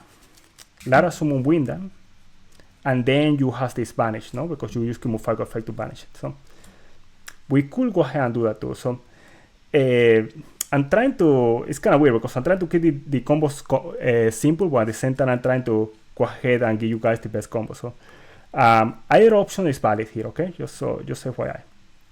So let's go ahead, we go when.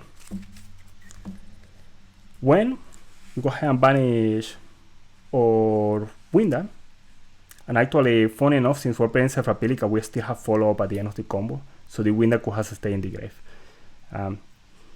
Alright, so we banish Winda, we summon when effect. Rampengu has not been a special summon yet, so we special summon Rampengu.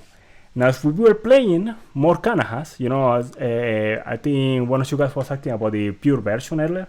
If you're playing 3 Cannahas, you will use Rampengu effect, banish an ulti Cannaha, send a Cannaha here.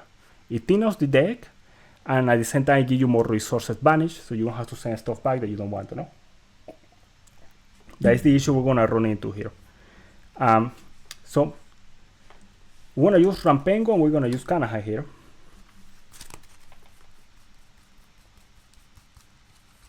For the Infernal Flame Banshee.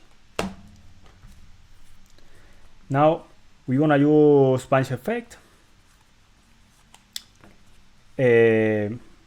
Here the best card is the Cannaha. Remember, we want to have that in circulation,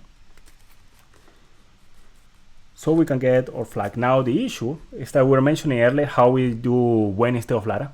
Because we have when here and not Lara, we do not have this banish that we can return to the extra deck. See what I mean? So that's something to keep in mind.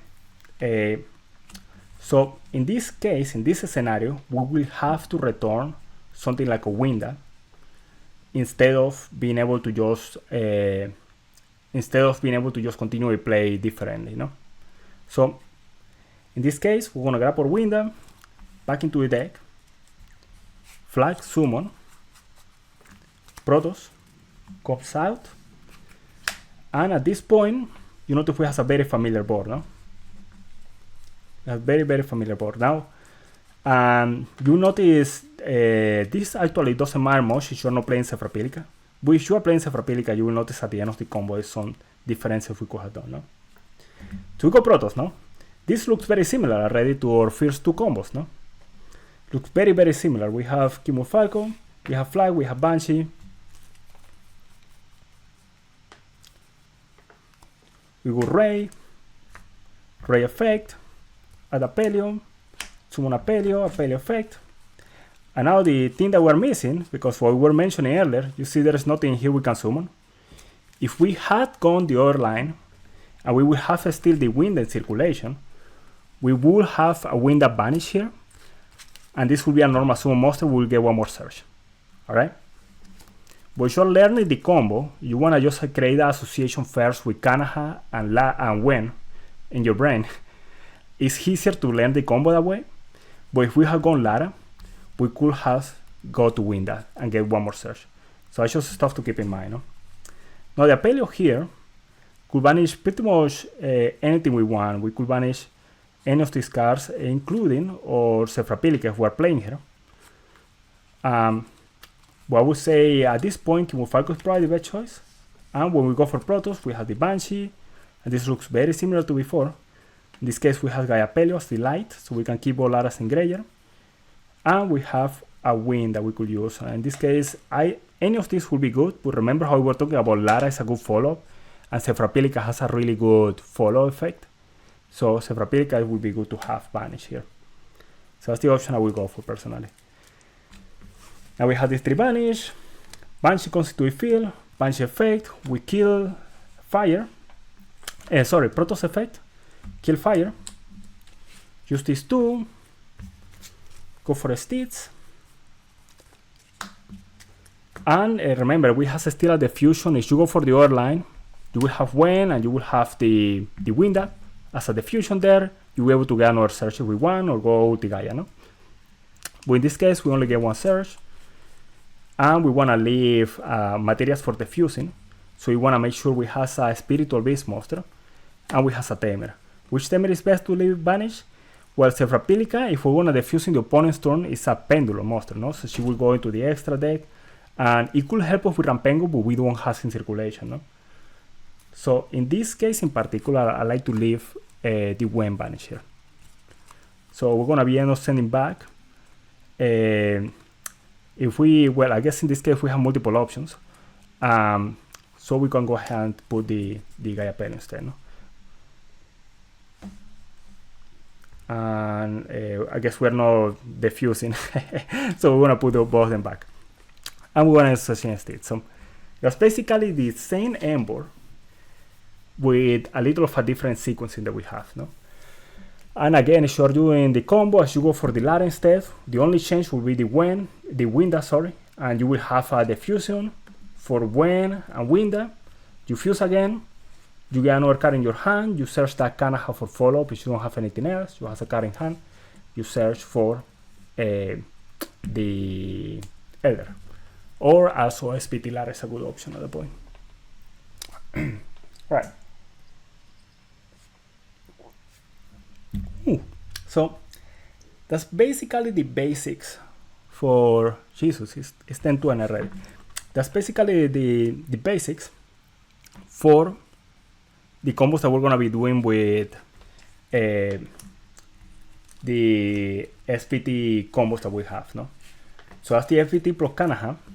And again, the most important things to remember is that you're gonna have the Elder Cannahawk in your you're gonna want to go for Elder Cannahawk as your first to search. Then when you are doing the summoning back, you're gonna be able to summon Rampengu or Cannahawk. You wanna summon Cannahawk first. And then you want to another thing you can do with the Cannahawk is you can send a tamer at the end, and you have another diffusion there if you don't do anything with the window. Just realize that.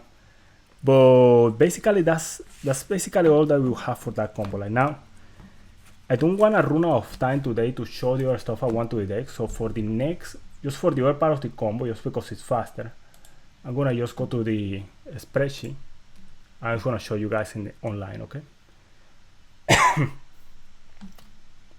So the other combo will be very similar, very similar to the stuff that we just did. Just with a little bit of difference. So you notice we start the same way. We have the Lara, we have the Rampengu. We will be banishing, we summon. In this case, we summon the OG Lara. We're not playing Sevrapilica in this list. At least I believe I wasn't playing at the time. I don't think I was. So we go ahead and summon this again. We search the Elder, and we are in the familiar territory. No, exactly the same hand that we had earlier. We banish Winda, we summon back, and we add Wen, because we are working with Cannahawk here, no? And this is gonna be most of the time it's gonna be the same pattern because we have Cannahawk Wen. Now I think in this, in this one I banish Petelfin here, and leave Rampengu, leave Apelio in circulation. So that's another thing you can do, is because the Apelio is not gonna be used for anything, no? As you're playing Petelfin also, you know, which not everybody plays. So you do this, you summon back, and you can do that, by the way, you can do it like this, like I did it in here, or you can do it the way that we just did it a second ago. Both then are really good combos, you know. So we go ahead and do this, and we're gonna get the extra search at the end, no? Oh, in this case I'm using pink 9. So basically it's the two cards there and the follow that we were talking about earlier, no? So that's basically the combos for the SBT lines. Now, again, the most important thing to remember, and let me go back to this. The most important thing to remember with the SBT lines is that you want to have Elder plus the monster that you don't have in hand. And if you don't have anything to go with you don't have Elder, you don't have Cannahawk or Rampengu, most of the time you want Cannahawk. Alright? So you're gonna start with something like Apelio, SBT Lara, for example. You're gonna get to the point where you can summon, you can search two monsters, you search Elder and Canna. Alright? And most of the combo are gonna follow very, very similar, if not exactly the same sequence that we're following. Most of the combos. So we have Canna only, you know? And this is the best one card starter. Hey, the Steel, how you doing, man? Thank you so much for the follow. Appreciate it. All right, one card starter with Cannahawk. We normal summon Cannahawk. Cannahawk effect. Remember, we have nothing in circulation. We go and banish Lara, no? Lara is banished. Lara effect. This case is gonna be. Doesn't matter if you play Sephraphilic on this one. We're not gonna go that deep in the combo. So I'm just gonna showcase it with Lara. You fuse Cannahawk effect, and you notice a lot of this stuff looks very similar to stuff we did before. In this case, we have no way to summon two Laras at the same time. We don't have enough resources. So we're gonna hand summon two. Now, a trick, a confusion that you can get into really easily with this is that you can try to put two monsters back and summon Noshi first. And the issue with that is that then when you try to make him with Falco, you won't have anything in graveyard. You see what I mean? So that's a easy mistake to make. So don't get in the trap that you wanna go ahead and just send resources back, banish again, because then you go into King Falco with the two monsters, and you have something, and you're gonna run into issues with the sequencing towards the end of the combo, in particular, actually. All right, summon two, go back, search, working with Cannahawk, so we search for one. It went to the hand. Cannahawk effect. The next one in line is Rampengu. One is Rampengu. Use Lara, use Cannahawk to go for Falco.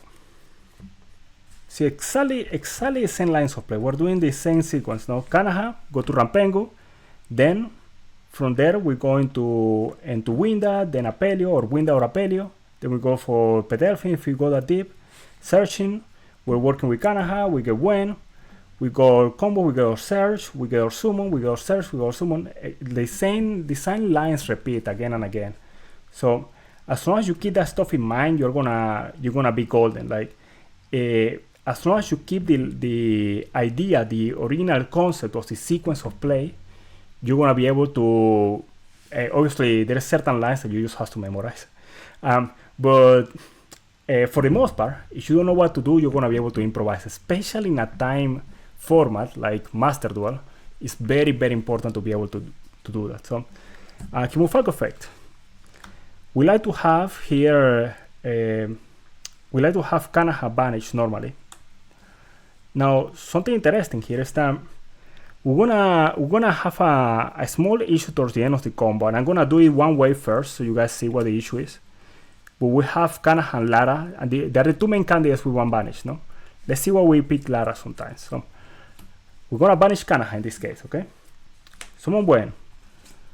Wen summon Rampengu effect. And he is gonna. So we're mentioning the same sequence now. Cannahawk, Rampengu, Winda. So we get the Guilty Guy Apelio.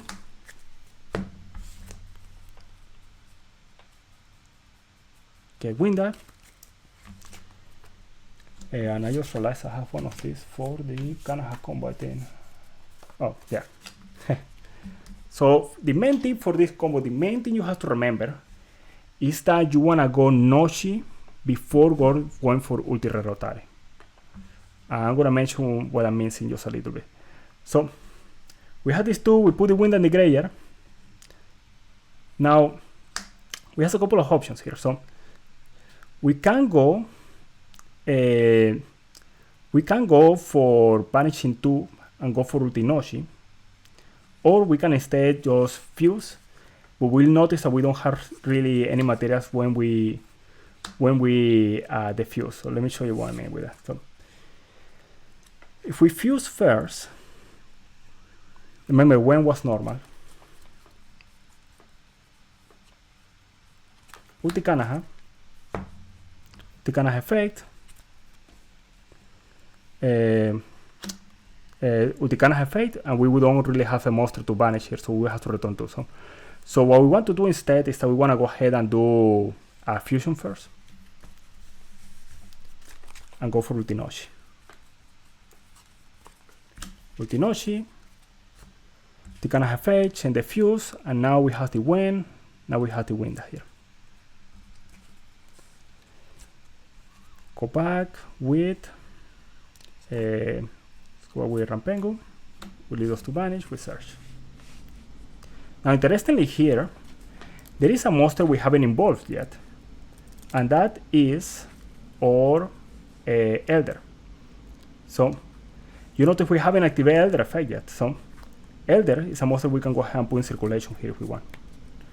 Now remember we were mentioning earlier, we haven't summon a Banshee yet, so we want to keep level 4 monsters on the field, no?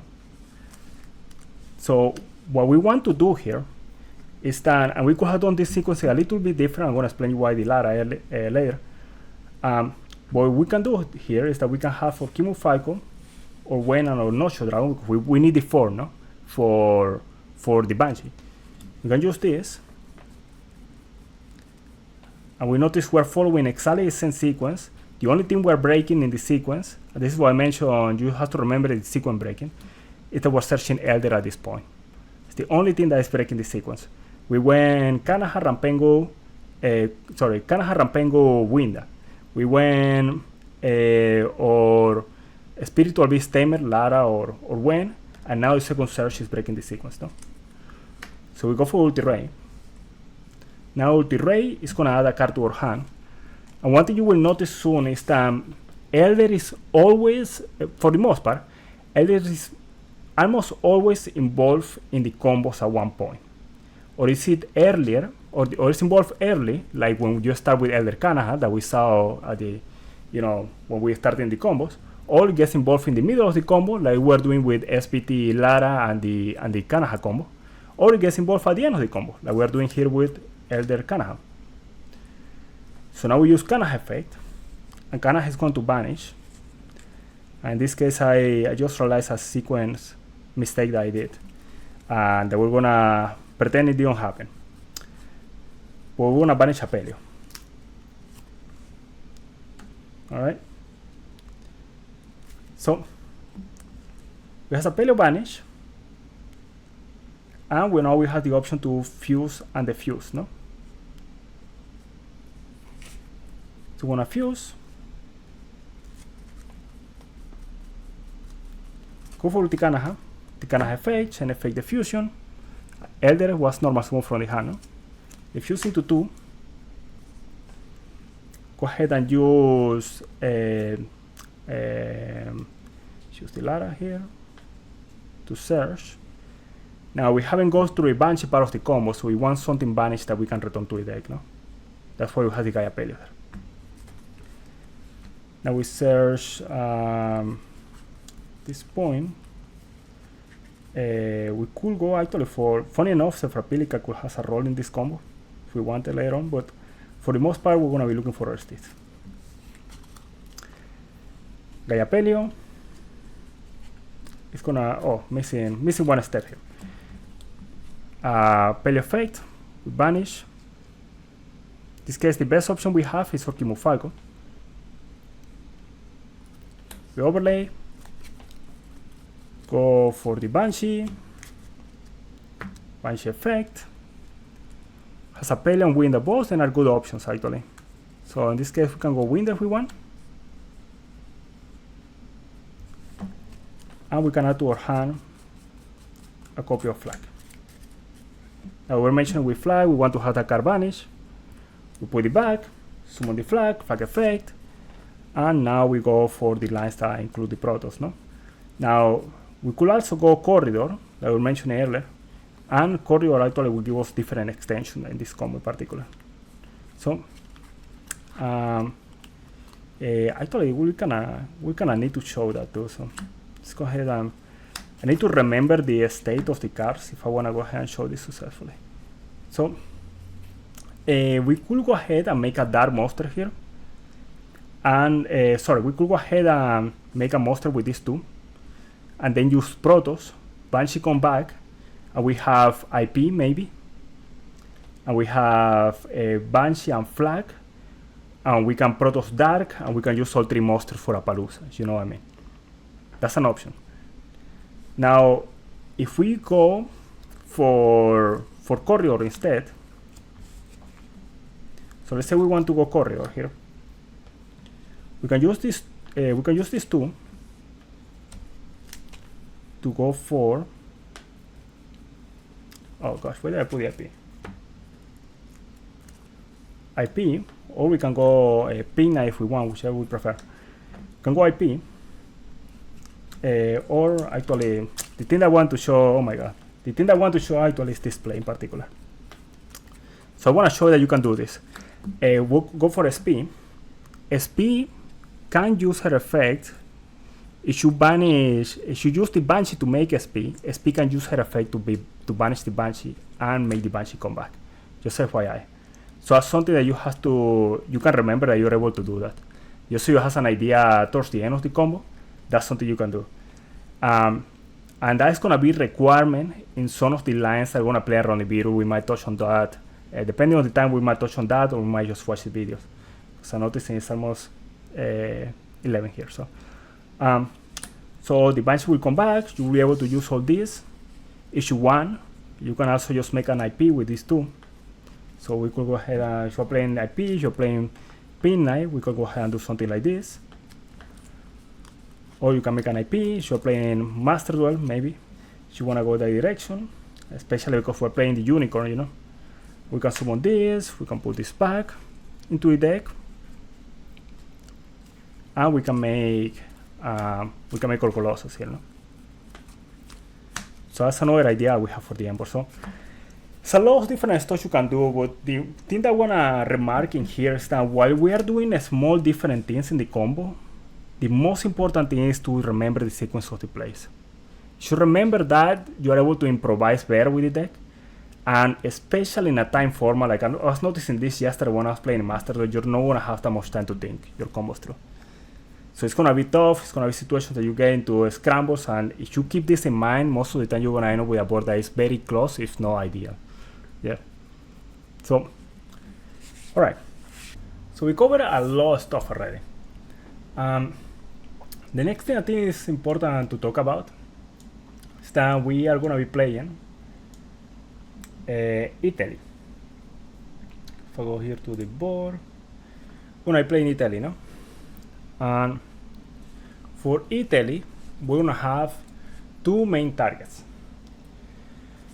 And this is, if you're learning the deck again, the most important thing in here is that the Sephra is gonna help you a lot with these combos. Otherwise, you're gonna end up in situations where or you need to banish Gwen or you need to banish Lara. And you have to, it's a very important question, you have to pick correct. As you banish the wrong one, often you cannot perform the combo. You know, you're gonna get stuck in the middle of the combo, so it's gonna be difficult. So especially if you don't have that much time to think, I was mentioning, Sephra is very important. Right, so E-Tele, the targets are gonna be, if you truly don't have a way to access Lara, it's gonna be Lara. If not, it's gonna be, at least in this list, it's gonna be Sephra. Alright? If you are not playing Sephra, it's gonna vary depending on the combo. Some combos are gonna use Elder, some combos are gonna use Lara, some combos are gonna use Gwen, depend on the combo from there, okay? Alright, so let's go ahead and I'm gonna put the combo starting that is the sort of like the exception to a normal combo line first. So. And I think the other ones for players gonna show the videos. Show a video for those, okay? Alright, so we have E-Tele and we have Canna, no? Now with this combo, the important thing is that we have, and I just realized I didn't got a cooldown for this one. The important thing is that E-Tele, we're gonna hold on using E-Tele for a little bit. It's important thing of this combo. Elder Cannahawk, E-Tele Cannahawk, sorry, we're gonna hold on E-Tele for a little bit, and E-Tele is gonna basically allow us to go into the Nemesis package a little bit early. Let me show you what I mean. So go Canna, and you remember the Cannahawk long combo that we performed earlier? We're basically doing that.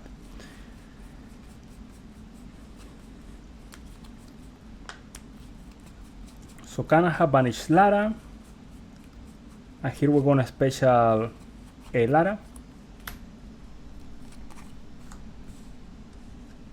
and now we're gonna fuse. Going to the Cannahawk effect and the fuse. Special dot. Go back into the extra. Search here, and we search for when, no? Just like we did before. Now we use Cannahawk effect, and the next one in line is Rampengu, no? So we're gonna have Rampengu. Now, important thing here is that we can go into Falco here and continue a combo from there, but we have this time the E-Tele in hand. And the E-Tele in hand, most of the time you're gonna use it at the start of the combo just so you can fuse with two monsters. And again, if you don't have access to either of them, you're gonna always go Lara. If you don't have access to Lara, sorry, in any way, you're gonna go for Lara.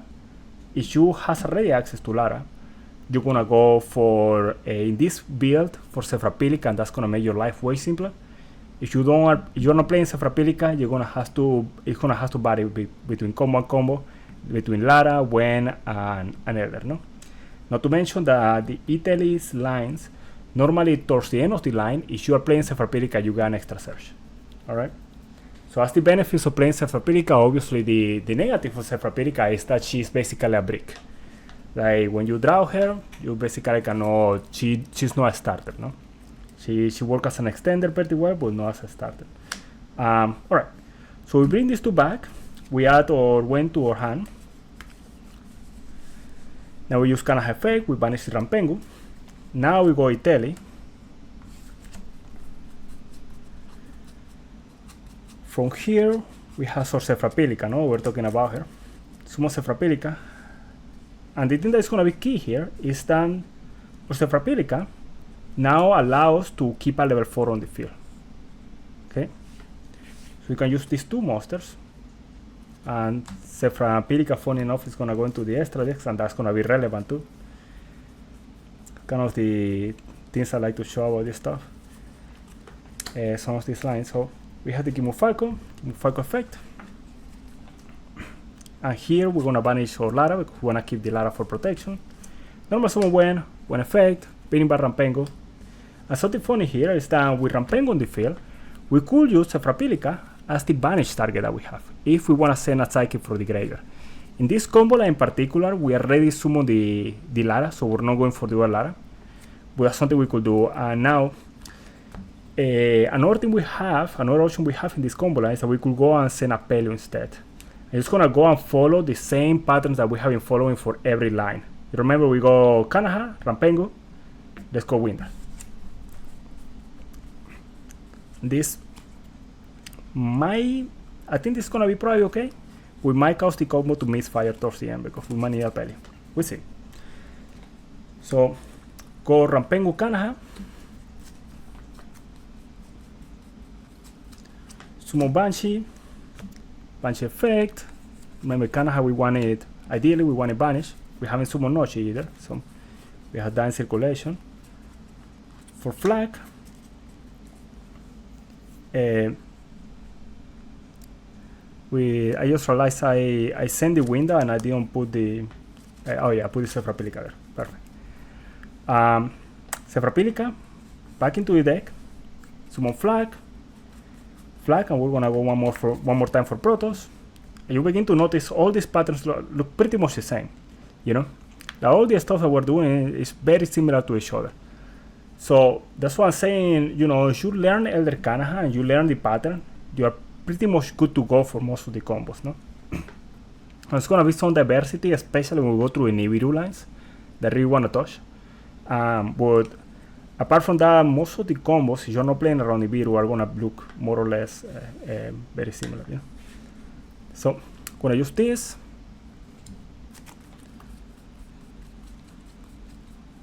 I'm gonna go for Ulti Ray. Put that P back in there. Now we haven't summoned Nochi yet. So now we can banish our Cannahawk and we can banish our Winda here. Remember, Winda haven't been a special summon either. Banish these two. Array is something we have seen called Nochi. Now our Cannahawk is banished. We have Ray effect.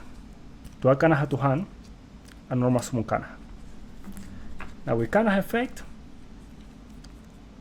we can go ahead and use, and I just realized something funny here I'm going to show you guys in a little bit.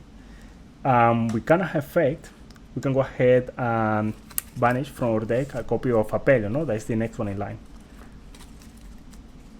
Banish Apelio, we fuse, and it's the stuff that we already say. Summon the Cannahawk effect, and the fusion. We have the Wen, we have the Apelio. We send back, in this case, the hadn't been a special summon, remember that? We send back the Lara. And we add the sticks. Now, something interesting is that in this scenario, actually a valid choice was also Lara. I'll show you why. Because Apelio, so Apelio will still be in the deck, no? So instead of Cannahawk, we go Lara. Lara revives Kimufalco defuse, and we have two targets here for Kimufalco. So that's something important to keep in mind. And I'm trying to fix what I did. I think it was something like this. I think that was it. Yeah, we searched as it. Yeah. So now we can Protoss. We have the Banshee here. We have Kimufalco. And we have our SBT Lara. We do this. Banshee comes back. Call Fire. And we have exactly the same number that we were building earlier. Hey, Nerder, how you doing, man? So that's basically the same, you know? And we're doing all this just with the one combo line, you know? With the one sequence. Everything that we have done so far is exactly the same sequence of play. So I feel when you're learning the deck, it's stuff like this that you have to focus on, you know? Just learn the sequence, and that's gonna help you learn the rest of the deck. It's gonna help you play through interruptions, it's gonna help you go to an OTK, it's gonna help you do all that stuff, no? Alright, so let's go ahead and now, and this was with E-Tele, no? Now to remember with E-Tele, is that, again, just to reiterate, if you don't have absolute no access to Lara, you know, you have to, like for example, you have a Winda, you have a Pele, whatever you have, you're gonna use E-Tele, you're gonna summon Lara, and then the objective there is gonna be to have, let's show the start of that combo because I notice I'm running short of time. I'm gonna just show the start of this. So, let's say we have, oh, this will be an interesting one too, actually. So let's say we have this hand, no? We use this, we use E-Tele. Remember, we already has access to Lara. Summon Zephyr Pelican. Use both monsters. Special summon. Uticanaha effect, and the fusion. Sorry, Uticanaha effect, send to back.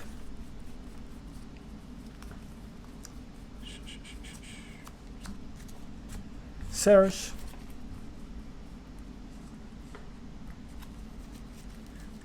We can search, I think in this case we search, was it Canna, or was it Rampengu here? I think you can search Canna first still. Just trying to don't break the sequence, so it's easier for you guys to learn. But you normally search, I believe, Rampengu here, because you're gonna end up with Rampengu and Elden in hand. And this is the same stuff we're talking about the SBT Lara combo earlier. So we're gonna go ahead and banish 2. We're gonna summon Nochi. A monster is gonna be summoned from the deck, so we're gonna have, let's go a little bit farther here, just a little bit. Nochi. Gonna have Cannahawk. Cannahawk is gonna give us materials to defuse. So Cannahawk is gonna give us, in this case, one more Lara. We're gonna defuse this, we're gonna refuse. And we're gonna end up searching the second monster, no? And now we have this in hand, and we can use these two to go into Kimufalco, and from there we can go normal. We have the 2/4 that we need to go for the Banshee line. So that's just how, like, that's more or less how you adapt, you know, with stuff that we're mentioning with E-Tele. And if you want the lines in particular, I'm not gonna have time, and you're realizing that, to go over all the lines that I wanted today. So we're gonna have all the lines and everything is in the spreadsheet, no? So let's go ahead, and I'm just gonna talk a little bit about this, inherit and deflect search, and then we cover some Nibiru lines, particular for the TCG there. So the spreadsheet I was mentioning, I keep commenting about this one. I'm just gonna put the link in there, just in case some of you guys don't have it. So the spreadsheet with all the combos for the deck. So all right. So now how you use inheritance. So now one thing that we have been noticing, if you want to pay attention here in the combos, is that quite often we need a lot of names in circulations, no, to perform the full combo, no. So for example, if we start with Elder Cannahawk, and let's say we have a Pelion hand, at one point we're gonna need this Pelion hand for the combo. So there is something that Chu call, Chu is another content creator. I'm gonna put his content, his link in the description below, if you're watching this on YouTube. And he called this the flex search, and he's one of the pioneers of using, in particular, some of the Nibiru lines we're gonna look into in a bit. He started that trend of playing around Nibiru. But so long story short, at one point we're gonna get to the point that we need to search. Like if we recall the line, we're gonna need to search for when, no? Since we're working with Canna, if we wanna perform the regular all-out line, no? Now, since we have a Pelion, we need a Pelion circulation. What flex search here is that you will search for inheritance instead. And when you search for inheritance, you're able to activate inheritance, reveal a Pyro, and search for when. And then a Pelios in the graveyard and a Pelios in circulation. So that's more or less the importance of having inheritance, at least one inheritance in the deck. So last format, when we were working on the deck, last format, one thing that we were trying to do is that we were increasing the consistency of the deck as much as possible, no? Now, we noticed the inheritance may not be the best card to have in the deck, at least we were debating on it, but we always want to include at least one because of this. Because if you have at least one inheritance, you're able to do this. So yeah. Alright, so I think the next thing I want to cover combo-wise are going to be the combos on there, the combos for Nibiru. Alright, so let's go ahead and cover those really quick. And hopefully we have time for some Master Duel matches. Here we go. In the last I get through Fuwalos, still mechanism board. So Fuwalos, I just posted a video actually in my channel where I discuss Fuwalos. I don't go into details on lines and how on lines for it. But basically the main point of Fuwalos is that there is a couple of things. So you're not gonna have how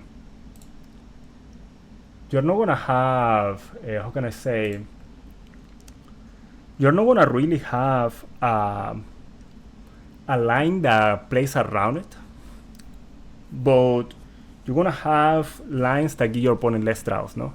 Like you have, thank you so much for the follow, Rick BNJ. Thank you so much, man. How you doing? So yeah, Kiss Siegar.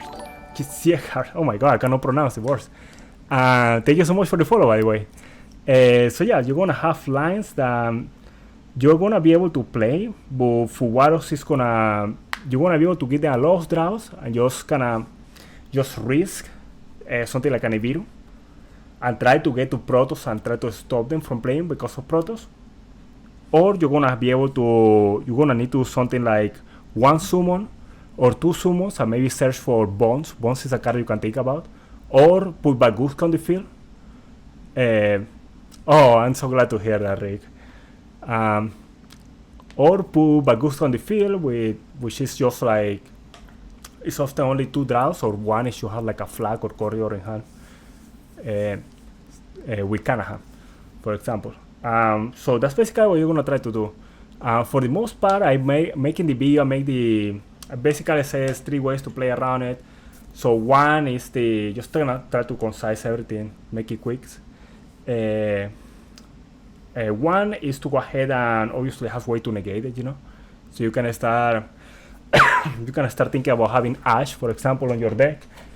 You can start thinking about having Kalva if you wanna go that deep. The second one is, we mentioned, making short combos, but the other way to play around it is to play floodgates. The reason behind that is that if your opponent, if they use Fuwalos and you floodgate your opponent, the turn is gonna go back to you, no? If they cannot play your Fuwalos, you shifter them, then they cannot play either, and the turn come back to you, no? But the card is very, very oppressive. But funny enough, the deck is so good at going second, and we might do this tomorrow, and debating on doing this tomorrow. If you wanna be here for tomorrow, I'm gonna be streaming the same hours. It's gonna be 8 a.m. Central Time, 3 p.m. Central European Time. We are gonna be playing and thinking about playing a going second version of the deck. There's gonna be a lot of board breakers, 3 Fuwaros, and 3 Purulias. So that's an approach that we can also take, to build the deck. So, all right. So let's talk about Nib. So there is in total,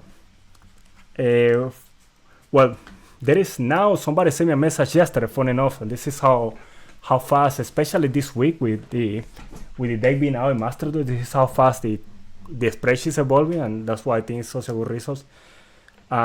Somebody sent me yesterday another combo that played through Shifter, through Nibiru, and it has a weak spot towards the middle of the combo, but for the most part it looks really good. And what was this starting line? It is E-Tele Canna. You guys can find that in the spreadsheet. But today we're gonna be covering the combos, and because of time I'm only gonna show one of each. We're gonna cover the SBT Lara, probably SBT Lara Rampengu or SBT Lara Canna. And we're gonna cover in Elder Canna, no? Or Rampengu, whichever of two.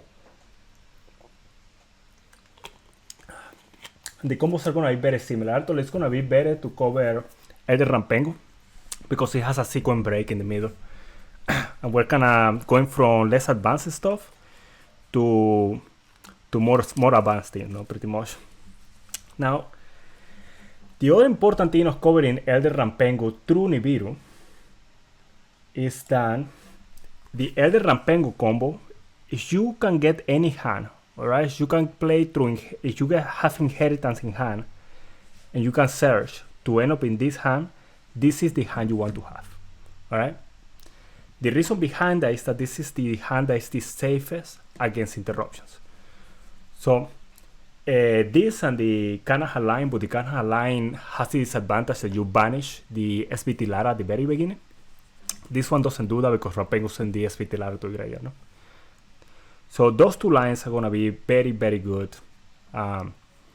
If you're trying to, if you can get any hand, always try to have this hand, alright?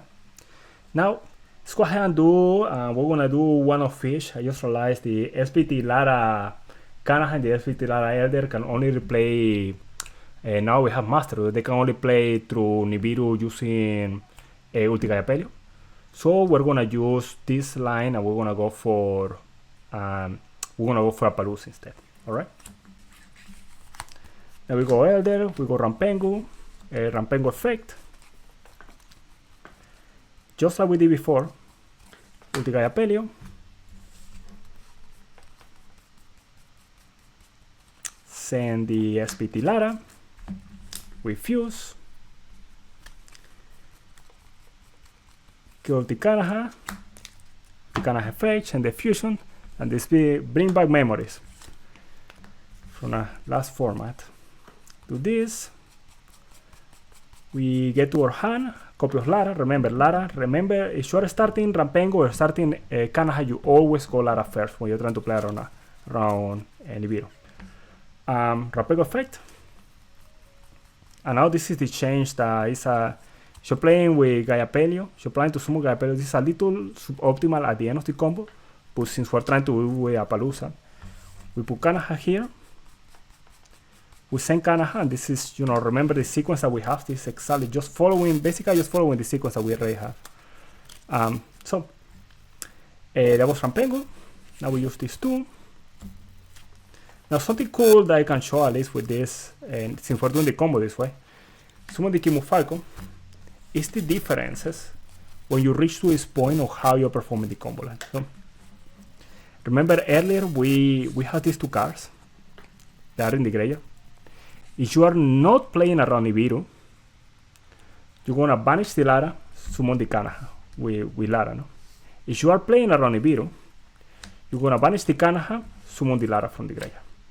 Okay? So if you want a tip or something to keep in mind, this can help you remember the combo lines. You should go ahead and keep these two things in mind. So since we're playing around Nibiru, banish the Canna, which by the way has not been a special summon yet, that's important, and summon the Lara. Lara, special summon SBT Lara, and we use all three, and we have Sorapalooza back from the ban list. Alright, so now we have this and we have this in the graveyard. So this is the way we keep playing. So we have Sapo to protect us from negation. No? This part I thought it was brilliant when I saw this. Should do this in his video for the first time. We banish these two, right? Lara has not been a special summon, okay? Important. Lara has not been a special summon. SBT Lara trigger when she's banished. We banish those two. Summon or Noshi. I'm just gonna put. I always like to put Noshi in this side. Now Lara triggers. Now from the deck, we summon Apelio. Okay? And this is gonna be important in just a second. So from the deck, we summon Apelio. Apelio touch the field. Apelio then banish Kimufalco. And now with Kimufalco banished, we can defuse Noshi into Kimufalco and defuse Kimufalco into two monsters. As you remember the setup we had earlier, this is very similar to the setup we have. Just for the other combos, this was ulti Kimufalco, you should recall. But now we have this, we have two level 4s and we have a tamer, no? Very, very similar setup. Now you're gonna use Canna effect here, and the next monster in line. So we went Rampengu at the start, so we keep the sequence. The sequence remains the same. We go Canna, we went Canna to the graveyard after. We went Apelio to summon after. The next monster in line. And this could be a little suboptimal since we're playing Petalfin, but we're just gonna go for it. The next monster in line is gonna be our Winda here. Alright. Now we have the two 4s. We go for our Banshee. Let's go here, and ideally, obviously, we want to have Canna banish. And remember, Winda has not been a special summon yet. Banshee effect. Get a flag. I'll try to put it where it's easier to see. Guess at one point we're gonna have to move to that side too. When we summon Protoss and do the rest of the combo. So now we go flag, add Protoss. Now something interesting here is that we have now we have Protoss in hand, no? Now as you see, we don't really have a way to go for a Rey Rotary unless we use the Banshee and we use Lara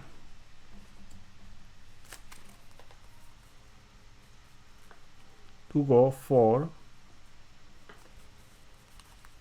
where are you? For SP. An SP effect, then it's gonna banish Banshee and give us the material for Rotary.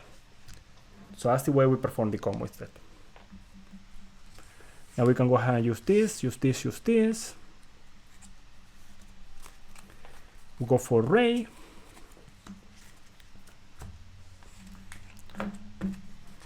And here is an interesting point in the combo because we have we're in this odd predicament. We don't really have a way to get towards the end of the combo because we don't really have a way to revive a monster, you know. So it's gonna be a little accurate. We're probably just gonna end up passing on Protoss Dark here. And there is a way to fix this. I'm gonna show you guys the combo in a little bit. We require different resources, so we're gonna cover that in a bit. So we get this. Here the best monster to have banished would be our Apelio. And the last monster, actually, funny enough, we don't even need to banish one of these two. If we wanted, we could keep them both in the grave because we have a dark now. Now, funny enough here, or interesting enough, I should say, there is sort of like a small reasoning behind this. You want to try to be completely... I do have a decklist, Rick. We're going to go back to that in a little bit. I wanted to stream, it has about another hour, so I'm not sure how much we're going to get through. But I do want to go back to Master Duel and at least play 1 or 2 matches. So I want to cover that. Now we banish this. There is a value, and this is really important to remember this stuff because if you're trying to get really good with the deck, this is an advanced stuff that you need to keep in mind. These 3 cards has value in the graveyard still, or by banishing them has a value. So one thing that you can do. You see what we did with the SP, that we banished the Banshee and especially back to get to a link 4. Well, one thing you can do is that later on in turn, when you get towards the end of the in turn 3, for example, if the Banshee is in the graveyard, sometimes if you cannot kill, you can summon the SP, banish the Banshee. You have a Pele on the board, summon by the Banshee, and Protoss lock fire again. So you can yourself, without the opponent putting a fire on the field, you can lock fire. If you're playing against like Tenpai or Snake Eyes, you can go ahead and do that again. The SP in the graveyard serve as a dark monster for access code. If you're not playing Unicorn, for example, and you want to play access code, she serves as that. So it's something to keep in mind. And the flag in the graveyard can help you with the effect of Corridor. So Corridor is able, if flag is banished, so something really cool in this. We could actually have done this in here. I didn't thought it would have been it could have been a really good example. But one thing you can do in some combos is that if you search, instead of searching for Protoss, you search Corridor, and the flag is banished. Like you do this a lot with shifter lines, since flag is gonna be banished once you use it. And the flag is banished, you can summon Corridor, get flag, go for Colossus this turn, and next turn, the flag in hand you can normally summon it to go for Protoss. So that's another thing to keep in mind, alright? So let's say in this case, just to finish the combo, we go ahead and banish those, summon this.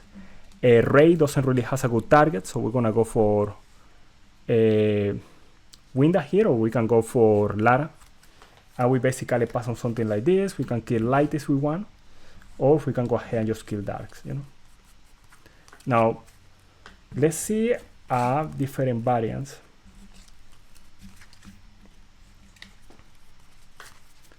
See a little bit of a different variants here. So, just show this. All right. So, now, like I was mentioning earlier, Chu was kind of the person that was the pioneer of all these combo lines. So, you can see the combos in here are, and this is something I just added yesterday, by the way. The combos here are the combos that have Kaya Pele on it, because this list is mainly for TCG. But if you go all the way to the right here, I just added, oh damn, there we go. I just added this in here. So you have the one that have Apple here, and you see it has Colossus in there. And the ones that, these two has Apple and Colossus. Now, why do they have Apple and Colossus? Because Colossus work better in this line, where otherwise you get into that kind of predicament that we did, and you don't end on the instead. Alright?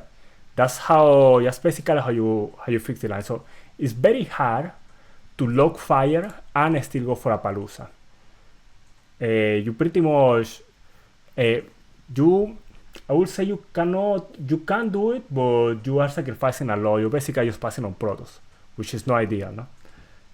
Now, if you do happen to have the materials in hand, the stuff in hand for Gaia Pelio, my favorite combo for Gaia Pelio is this one, the Jorge combo. So this in here, it's showing the TCG.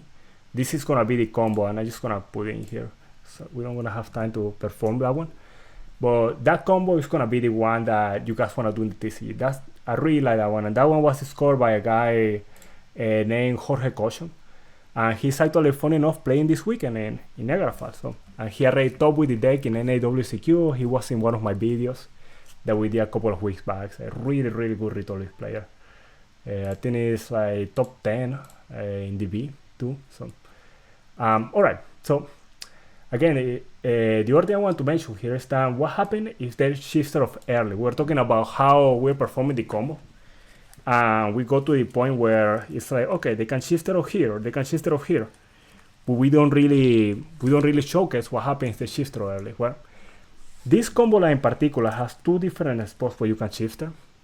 You can get shifter, and there is different variations. There's different branch of the path depending on when you get shifter. So this is the early Nibiru line. That means is that the opponent just basically just shoot Nibiru out as fast as possible, you know, just like trigger happy with Nibiru in the hand. So you go this. This happened to me so often that I just do a misclick when I'm performing the combos. But yeah, let's say we're trying to go through our lines, do this, we put that back, and now we have this, and now the Nibiruos, no? So how do we follow the combo, no? So we banish those two, and by the way, I add Wen here because this was an older line, but you can do the same thing with, I believe you can do the same thing with Lara. So you have this, you send, and you notice how we end up making Kimufalco still, and we still have that material that hasn't been. We're still gonna have some material having been special summon. So basically end up in a very similar board. We used the token, funny enough, this is why the Link Spider is important, because you use it to go ahead and make Ulti Ray, you banish something, and now you have the Protoss line here. And I went for Silver Hat here, but this could also be a pin knight, or it could be an IP if you wanna go for that. So that's basically if they Nibiru you early. And the other line here is what we call middle Nibiru. A middle Nibiru is if they Nibiru you when you go for the Kimufalco. So, and this is something a lot of people are gonna try to do, because if they're paying a lot of attention, because they see you have an extra normal summon, they wanna wait for you to. You still have resources in hand, no? They wanna wait for you to use some of those resources, no? And you see Lara. You always search Lara for this line. So next, so Kimufalco comes down. We do what we were gonna do before, but now they are gonna go ahead and Nibiru us here, no? So we're trying to do exactly the same thing, but now Nibiru us. I didn't mean to activate the effect there of Kimufalco. So yeah, so we summon this, because we banished the Lara. Now we have a Pelio. Remember exactly the same thing we did with a Pelio. We're gonna banish the Kimufalco here. And now we can defuse. You notice we have exactly the same stuff. I'm just gonna fast forward this back. We have exactly the same stuff. We have two monsters on the field.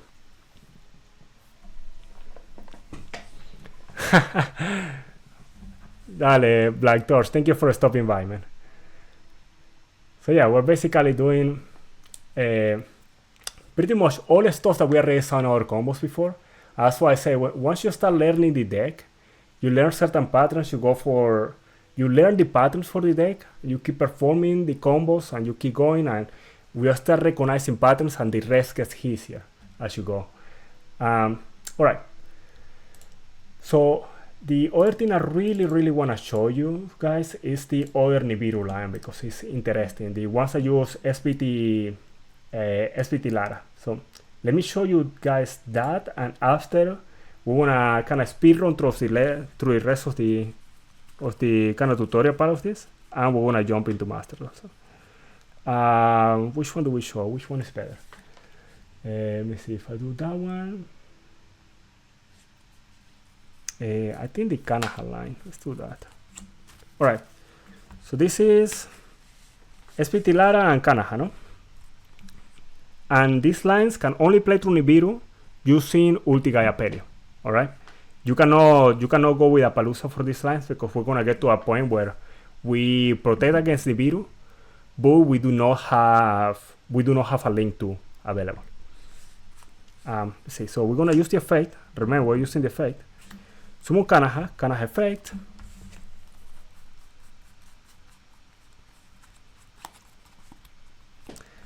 Banish Lara special summon from the deck.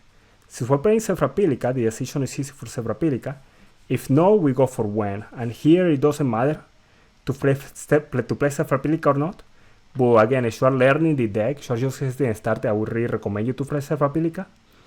And that way you are not, you have to switch when between, you have to be deciding the whole time when Elder or Lara, no? So we go like this. We summon Ulti Cannahawk. So the Cannahawk effect here. And we're not gonna diffuse, okay? We're not diffusing. And we're sending the Cannahawk into the graveyard. Sending the Cannahawk to the graveyard is important here. Oops, this is staying in the field. Alright. So we're adding to the hand. Believe that I'm forgetting the line a little bit. We're into a hand Lara. OG Lara. Okay, so we have Lara. Remember, we haven't normal summon yet. Now we're gonna use both the Laras in grave, and we're ready to use Lara effect to go into Nochi. And we're gonna use the Cannahawk on the field for the two Laras. Now this is what I was telling you guys earlier. So we don't really have a way to go for Appaloosa here, because this cannot be Kimur Falco. So now we need to use all three, and this is assuming, obviously, if we're going for the Gaia Pelio line, let's assume we have this in hand for negates, no? So we got this. This is something we're doing a lot now with in the TCG, since we don't have an apple. This, and now we haven't normal summon yet. So we can normal summon Lara. Special Cannahawk, use Cannahawk effect. Okay. See, I believe you go, let me see if I remember this part of the combo. Oh man, we've been doing so many that I am mixing them up in my mind. Because we go Kimur Falco, we got this. Special. I am not certain if it might be Winda, it might be Apelio here. I think, or maybe just be Rampengu. I think it's just Rampengu. Let's go ahead and keep going that way. Rampengu. Let's see, we fuse, that. Yeah, I think it's Rampengu. Alright. So we fuse, Ulti Cannahawk effect, and the fusion. Because I'm missing one monster banish, because what we do here is that we go Kimur Falco, and we have a monster in graveyard, we banish that monster. Oh no, I'm good. Oh my god, I can't believe I'm forgetting this. So we search here, we're good. I didn't make a mistake after all. We search here for Canna. I just realized what I was doing. We're searching for Canna, no? So it seems kind of odd, because why you will search for Canna has a rain circulation. It's gonna go into play in just a second. Now we use Rampengu effect. And this is the part I was forgetting about. You use Rampengu effect. You banish Apelio. This is just brilliant stuff that I believe Chu is the first one that came out with this stuff. You banish Apelio. You send Apelio. You have Canna in hand, no? And this is the most important thing. You are performing this line, the whole line. Most important thing is that you're gonna search for Canna. It's the hardest thing to remember. Now, you use these two to go for Kimur Falcon. And this stuff blew my mind when I saw it first time. So you go Kimur Falcon effect is gonna banish Apelio. You're gonna summon Canna, use Canna effect to go for Winda. And now you can defuse the Kimur Falcon because you have Wind and Apelio here. And that's how you get your 2/4s on the board. So you defuse, summon Kimur Falcon, defuse for Kimur Falcon, summon these two, and now you can go into your Nemesis package. So this is we're performing a similar, the sequence is similar, just you have to know when to break the sequence, you know. And this combo is probably, of all the combos we saw today, this is the most advanced, I would say, for sure. Just because it's harder to perform the combos that break the sequence the most, you know? Because a lot of the stuff that we're showing earlier is just following the same steps we have in mind, you know? Just keep going, keep going. And this combo is really cool because we're going to have the opportunity to showcase another card that I think is really cool that we have in the deck. So now we go here. We go with the flag put back, and here Ultinoshi is more important to have in circulation than the Apelli. We get a Protoss in hand, and now this is really cool. So you know how we have been trying to go for how do you call this, for in this point, we normally try to go for SP and banish the monster and summon it back, no? Now, the interesting part of that is that will prevent us from locking fire on this hand, all right? Now, the innovation that we have done, who did this? I think, I don't recall, I think it's just Shu that did this. Oh yeah, but this is the version of the combo that Jorge put together. So the innovation that he did was that now we can go with the Banshee and the flag to a card that we haven't seen yet today. And that will be the Cross Ship. And I can intentionally put the Apelio here because now Cross Ship we can summon it here. And this stuff is like, it was insane when I found this out. But with Cross Ship on the field, we can use Protoss effect because we have a Pyro on the board. We can use this.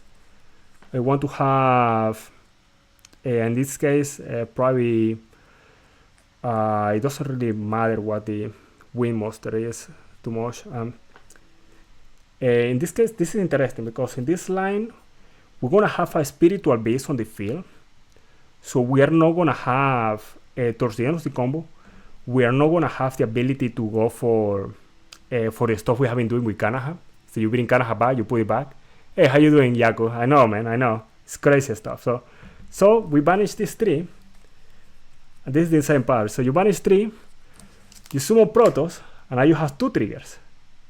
You have Chainlink 1, Chainlink 2, because you have a Pyro. So now you can bring back Banshee, and you can bring back Flag. She's like insane.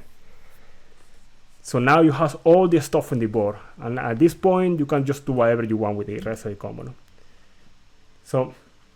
So I say it's like a lot of the stuff that we're talking about today, stuff that have been discovered through a lot of the repetition process. You know, like I was talking with another guy that create content for a different video, longer project I have in mind, called Swisky or Swisk. And we're talking probably this spreadsheet has more than 100 hours put into it, you know. But that's really cool that we have that body of research. The community is there for you guys to. Thank you so much, Jaco, and I really appreciate it. The community is there for you guys to be able to, for the rest of us to be able to share the deck, and be able to learn it. All right, so at this point, it doesn't really matter much for the rest of the combo I do. We can leave a fire on the board if we want. We can use this, this, and this. And we are not gonna end up this. Right. So we're not gonna be able, if we wanna lock fire, we're not gonna be able to end on the ideal board, because we're gonna have to leave the bunch on the field. But if you don't wanna lock fire, you send the bunch, you leave this, and with Ray Rotary, you bring back a Tamer, and you end up with Steeds, no? So that's the stuff you can do. But again, if you wanna lock dark, you send this instead, no? You send the bunch instead of this. But since we're gonna lock fire, we summon Ray, fire lock. All of this protected from Nibiru, by the way. We can use Ray effect, and here normally you get the wind in hand if you want. You keep it in hand for an extra Omni negate, no? So you have this in hand. Or you can also just go ahead and summon something. And this is the fighter where extenders comes into play, you can add when, if you have something banished already, you can do one more and you can get to Steeds, no? Well, that's basically what you end up here. And actually, I didn't even perform the full combo, right? At one point I messed up, because I know you can also end up with Steeds on here. So I know everything until this point, but, I know what I did. I messed up one of the searches, I think, because you end up with ability to go Elder at the end. But anyway, this is basically how you end up proto locking with SBT Lara and Cannahawk or SBT Lara Rampengu, while protecting the rest of the combo from stuff like Nib or any other hand trap. And one thing you will start noticing is that depending on the quality of player that you add, and this is something about Ritual Beast, is that Ritual Beast give you a lot of agency of how you want to play and to showcase how good you are as a player, because a lot of people, and this is gonna happen in Master Duel because it literally happened months ago in TCG. People are gonna start waiting for Protoss to activate their effects. And because they're waiting for Protoss to activate their hand traps, their impermanence, their Bailers, they're gonna get punished when you summon Gaia Pele, when you summon the Appaloosa, So let me show you guys what happened if we get Nibiru early. So now in this combo line we have this early Nibiru here.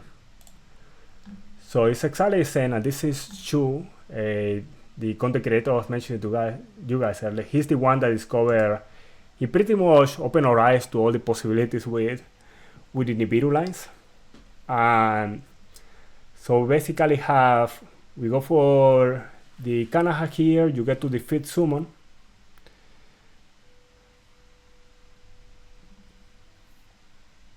And they're gonna Nibiru you, most likely they're gonna Nibiru here, because they know there's nothing you can do with your cards, no? So it's Nibiru you early here. Now we still have the normal summon in hand, so we go for Cannahawk. Go ahead and banish, special them back, and you do exactly the same thing. You search Cannahawk, Apelio is put into the graveyard, Cannahawk put the other resource into the banish pile, and you end up in exactly the same thing. So the Nibiru basically did nothing,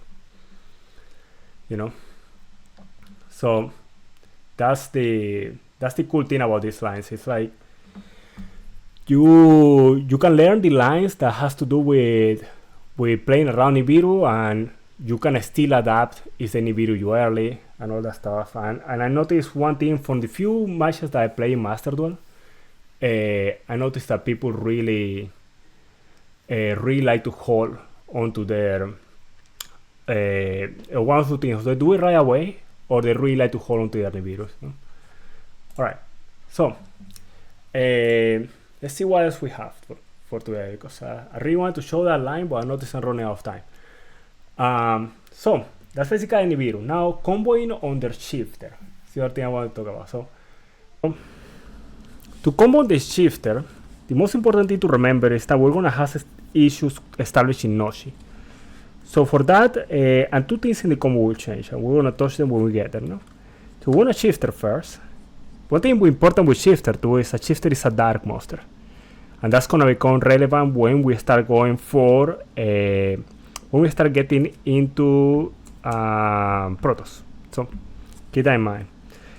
So we start with Elder, we go Elder Cannahawk, we do exactly the same thing that we did earlier today. We bring out Lara, go Elder and Cannahawk again. Now we're gonna go for Ulti Cannahawk, the Cannahawk effect, Chain effect diffuse, noise send all. Bring these two back, send this to a graveyard. Now something important on the shifter is that with Ulti Cannahawk effect, the monsters are returning to the graveyard. What that means is that the monsters are gonna, because they're returning to the graveyard, they're able to go back to the graveyard even when shifter is in play. So that's something to remember. So all this stuff is possible because we're returning the monsters, basically.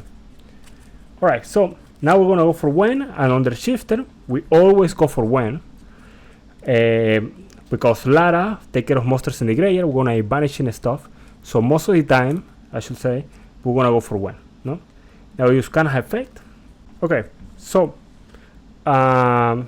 just to recap, to go back to it, we're using Elder and Cannahawk. We're gonna go into Kimufalco.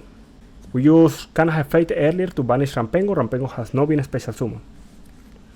We normal summon when by using Kimufalco effect to banish Lara.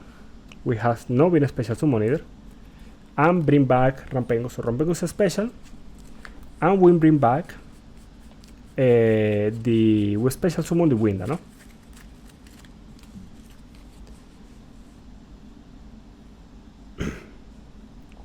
Alright, so we summon the window. Now we have this setup. And we're gonna use, at this point, we're gonna use Rampengu effect.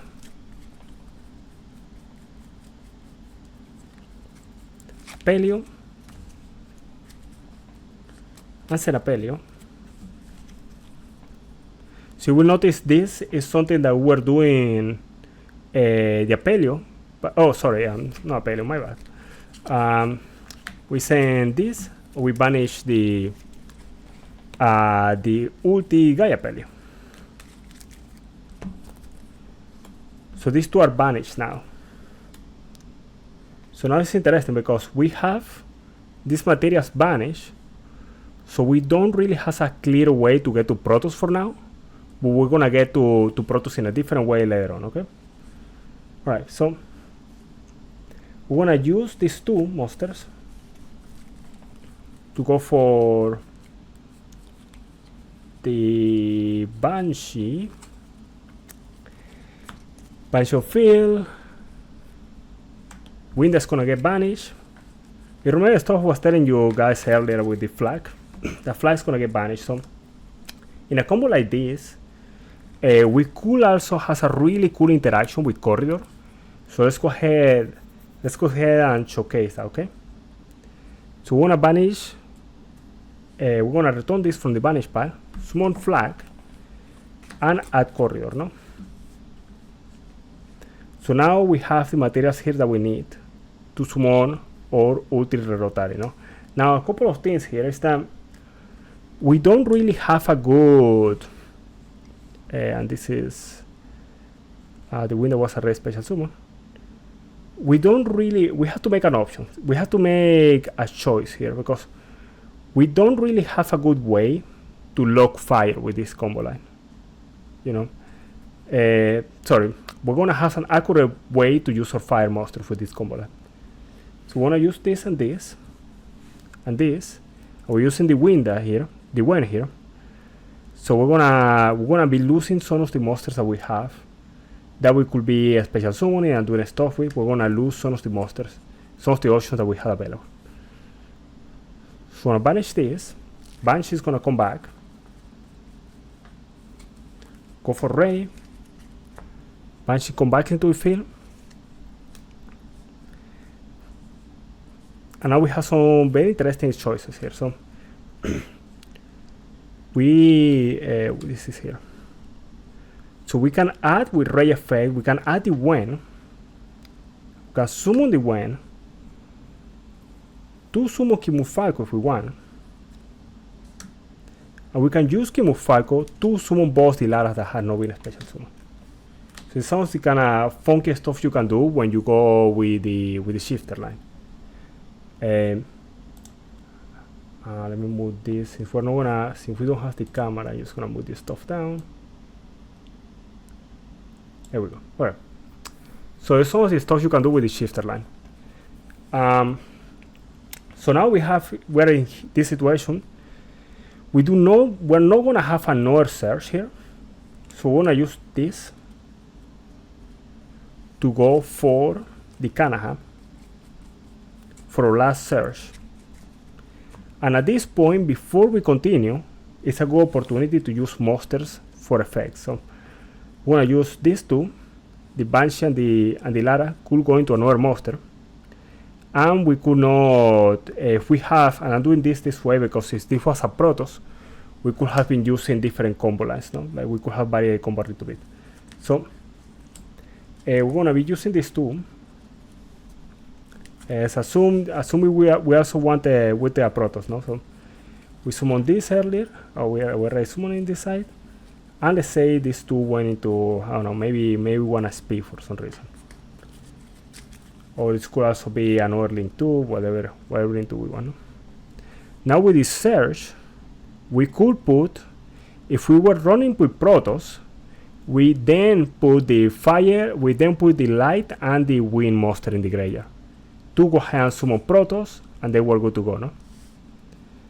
Now since we're not going with Protoss, another thing we could have done here is that instead of making this, we could have leave I believe for one of these in the board and use this instead.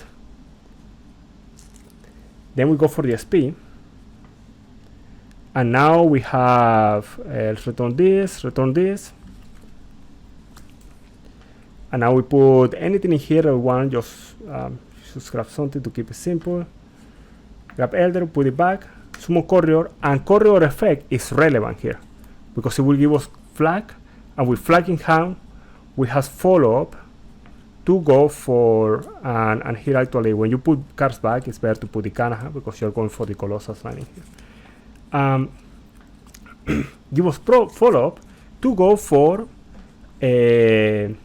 Protoss. So that's something special about this line. So we have, you guys saw the slightly different things are making it possible to play through Nibiru, and you just have to keep a couple of small things in mind, you know. The Noshi we didn't even use in this line in particular. We could still summon it if we wanted, but for the most part, you're not gonna prioritize Noshi, and you're gonna keep in mind you always want to have 2 cards in the graveyard that you return when you are going with the shifter line. No? So that's the way we're gonna do it. All right. So let's go ahead and jump into the last points we have in tutorials part of things. And this one I'm gonna not sure if I'm gonna try my camera again, probably just leave it. Let's get to the last part here before we finish. Alright, so that covers Nibiru, that covers under shifter. So now let's just mention a couple of things of the points we have left, okay? Number one, you're gonna go second. 2 things to keep in mind. I have this in the slides here. 2 things to keep in mind is, one, you want to think about if you can kill or not. All right.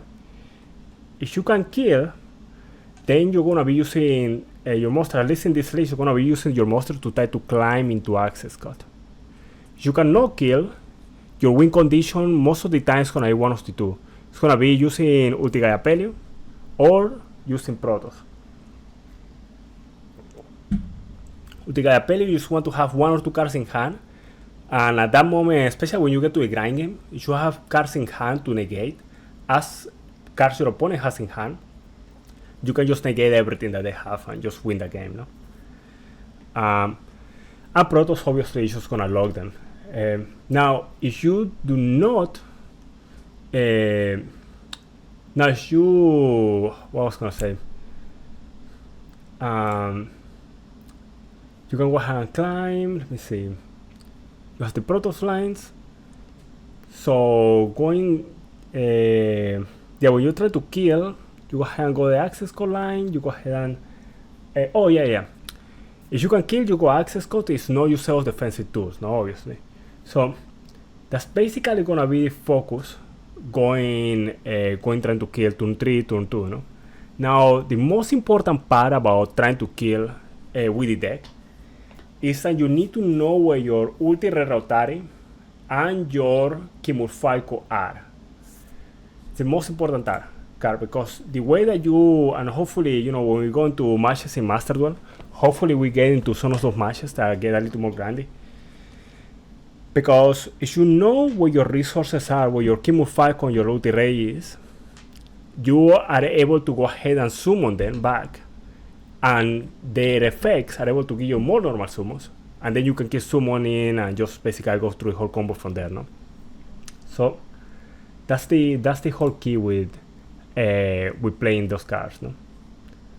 Now, if we go ahead and go back, the last points in here that we have is about the prosperity, and this one is something I'm kind of afraid to switch to my camera.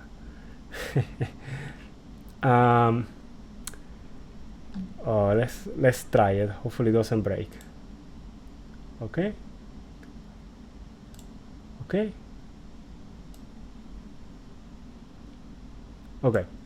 So the most important thing with both prosperity is that we're gonna end up deciding what to banish. Now a lot of cards in here could be candidates to banish. It depends on the game situation and what we're trying to do. So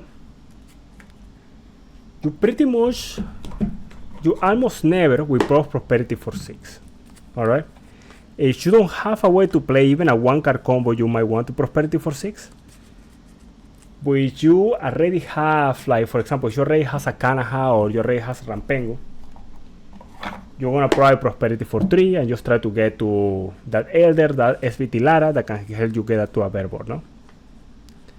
So, going first, what cards can we get rid of? The main candidates are gonna be Access Code, Unicorn, and depending on the combo lines, if you have a combo, let's say you have a combo that is not gonna be Nibiru, you're not planning to play around Nibiru, you can always go with Link Spider.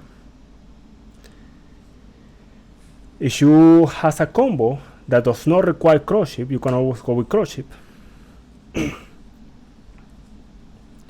So all of those are solid choices. In this list in particular, and this is not something everybody plays, but if you're not planning to go for Colossus, you can also go Colossus. So you have different options. Now you have to prioritize based on how you're gonna play the game. So most of the time in this, let's say this is the list we have. Most of the time it's gonna be something like Colossus, maybe Cross Ship, and the last one, if you cannot play around Nibiru, if you're not planning to play around Nibiru, it would be the Link Spider here, no? Now, if you are not playing some of these cards, most of the time it's gonna be these two. And another card that could be tier 1 here could be the Apelio. Because it's not using all the combos, but you have to, it's gonna be defined by the hand you have. So that's gonna be basically the cards that we wanna be banishing for prosperity. Now, if we are gonna go second, if we're gonna go second instead, so we're not going first, the cards that we're gonna be banishing are gonna change. So in that case, we're going to have a Brightling Spider. We're going to have, depending on your hand, you're gonna have Gaiapelio, and the tier one will be most likely a Colossus here. Now that's counting that you probably can do something with cross ship, you know. Cross ship is really good when you are cross ship is really good when you are going how do you call this? When you're going second, because cross ship can give you access to extenders, no? Because of Noshi Dragons. So you can, if you can make cross ship before Noshi, you can go Noshi, and if you have flag, anything that you can revive, you can bring it back and you can keep combo, you know. So, and also this is a good way to climb into access. So it's basically make cool prints, I would say. If you're gonna go ahead and banish stuff for post prosperity. So let's go ahead and keep kind of speed running to this last part. So we have this. Alright, so the main idea with advanced interactions is that you have certain things that you can do if you are aware of how the deck work into some things, you know. Like for example, one thing that is interesting is something like E-Tele and Lara. So Lara effects to protect, for example, is what is known as a replacement effect. So what that means is that there we go. What that means is that her effects is something that she needs to be, it doesn't activate, and she only needs to be in the field in order for it to resolve. So what's not gonna happen is that you have like monsters in the field. Let's say you have like a Nochi, you have a Kimufalco, whatever you have on the field, and you wanna protect it. You can E-Tele Lara from the deck, protect it from like a lightning storm or something like that by banish her from the field, because she only needs to be in the field for resolution. So that's something you can use. So it's kind of the first like quick tip here. Now the next one is something we mentioned earlier when we were doing the combo lines, and we were doing all this, no? And it's that Winda is her effects. She is able to she's able to float during the damage test, you know. She's able to float after destruction, right after the damage test. So when you crash her in the battle phase, you can summon some monsters that has interesting properties from the extra deck. So you can go ahead and summon like a Red Rotario, and you can summon a Kimufalco and steal the fuse. All that stuff are things that you can do when you have the Winda on board. So that's some stuff that you can keep in mind when you're playing the deck. Now another thing that you can do is that you have, and I mentioned this one earlier, I think I did actually. So you have Apelio and you have Lara in the graveyard. You can Apelio boost in damage step because he has an effect that affects the attack of a monster, attack or defense of a monster. Banish Lara's cost and then resolve Lara. Okay, within that window, you know. So it's another thing you can do because there's a lot of effects that cannot be activated at that time, you know. She has in the battlefield in particular. So some of the things that you can do. I made a video that I'm gonna link in the description below that contains way more of the different combo lines, different tips that you can do, like small tricks that you can do here and there to be able to play around some interruptions, no? Alright, so that's basically the last thing I wanted to cover for the tutorial part of things today. So we pretty much go through everything. I'm gonna put the resources for the most part are gonna be included in the 2 documents I'm gonna put that I have in here. So we have the spreadsheet, obviously, that you can go ahead and utilize. So you can use the spreadsheet for everything you want for combo-wise things. Now, one thing that I noticed is that you can use the spreadsheet for that, but some people don't know that there are different pages in the spreadsheet. So you have this, there is this page that is a new player guide in here. So just getting started with the deck, some of the stuff that we covered today here is here, like some general tips for the deck, and also some stuff that can help you learn the combos, no? And the stuff that we were talking about earlier is right here too.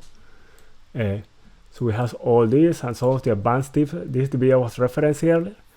That has like advanced tips for the deck and some specific cards interactions here. So there's that in there, and also I always post my current decklist in here. And this is my TCG decklist right now.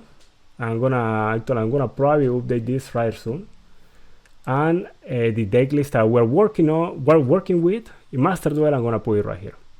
Okay, so it's still gonna be there, and the other thing is stuff that we used in the past. Like we have this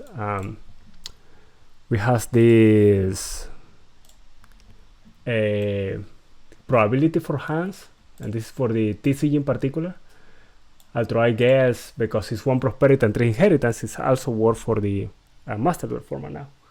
So there's that, and all those resources can help you guys learn the deck better. So one thing I want to point out here is that here in the guide also there is different resources. Also at one point I also did a tutorial with Rorcalos, and you guys can also have the resource there. It's a tutorial in Spanish for Julio, the spreadsheet, and you have all the other stuff like Julio's tutorials, the Discord group, the Facebook group, all that stuff is there. So a lot of resources here to help you guys learn the deck. Hi guys, I want to thank you so much for watching the video. If you like the video, I would really appreciate you give it a like. If you want more content like this one, there is plenty of content about the deck in the channel. You can go ahead and subscribe because I'm planning to keep making content about the deck and keep making Yu-Gi-Oh content on the channel. If you want to be part of the next live stream, I live stream at twitch.tv/8YGO channel.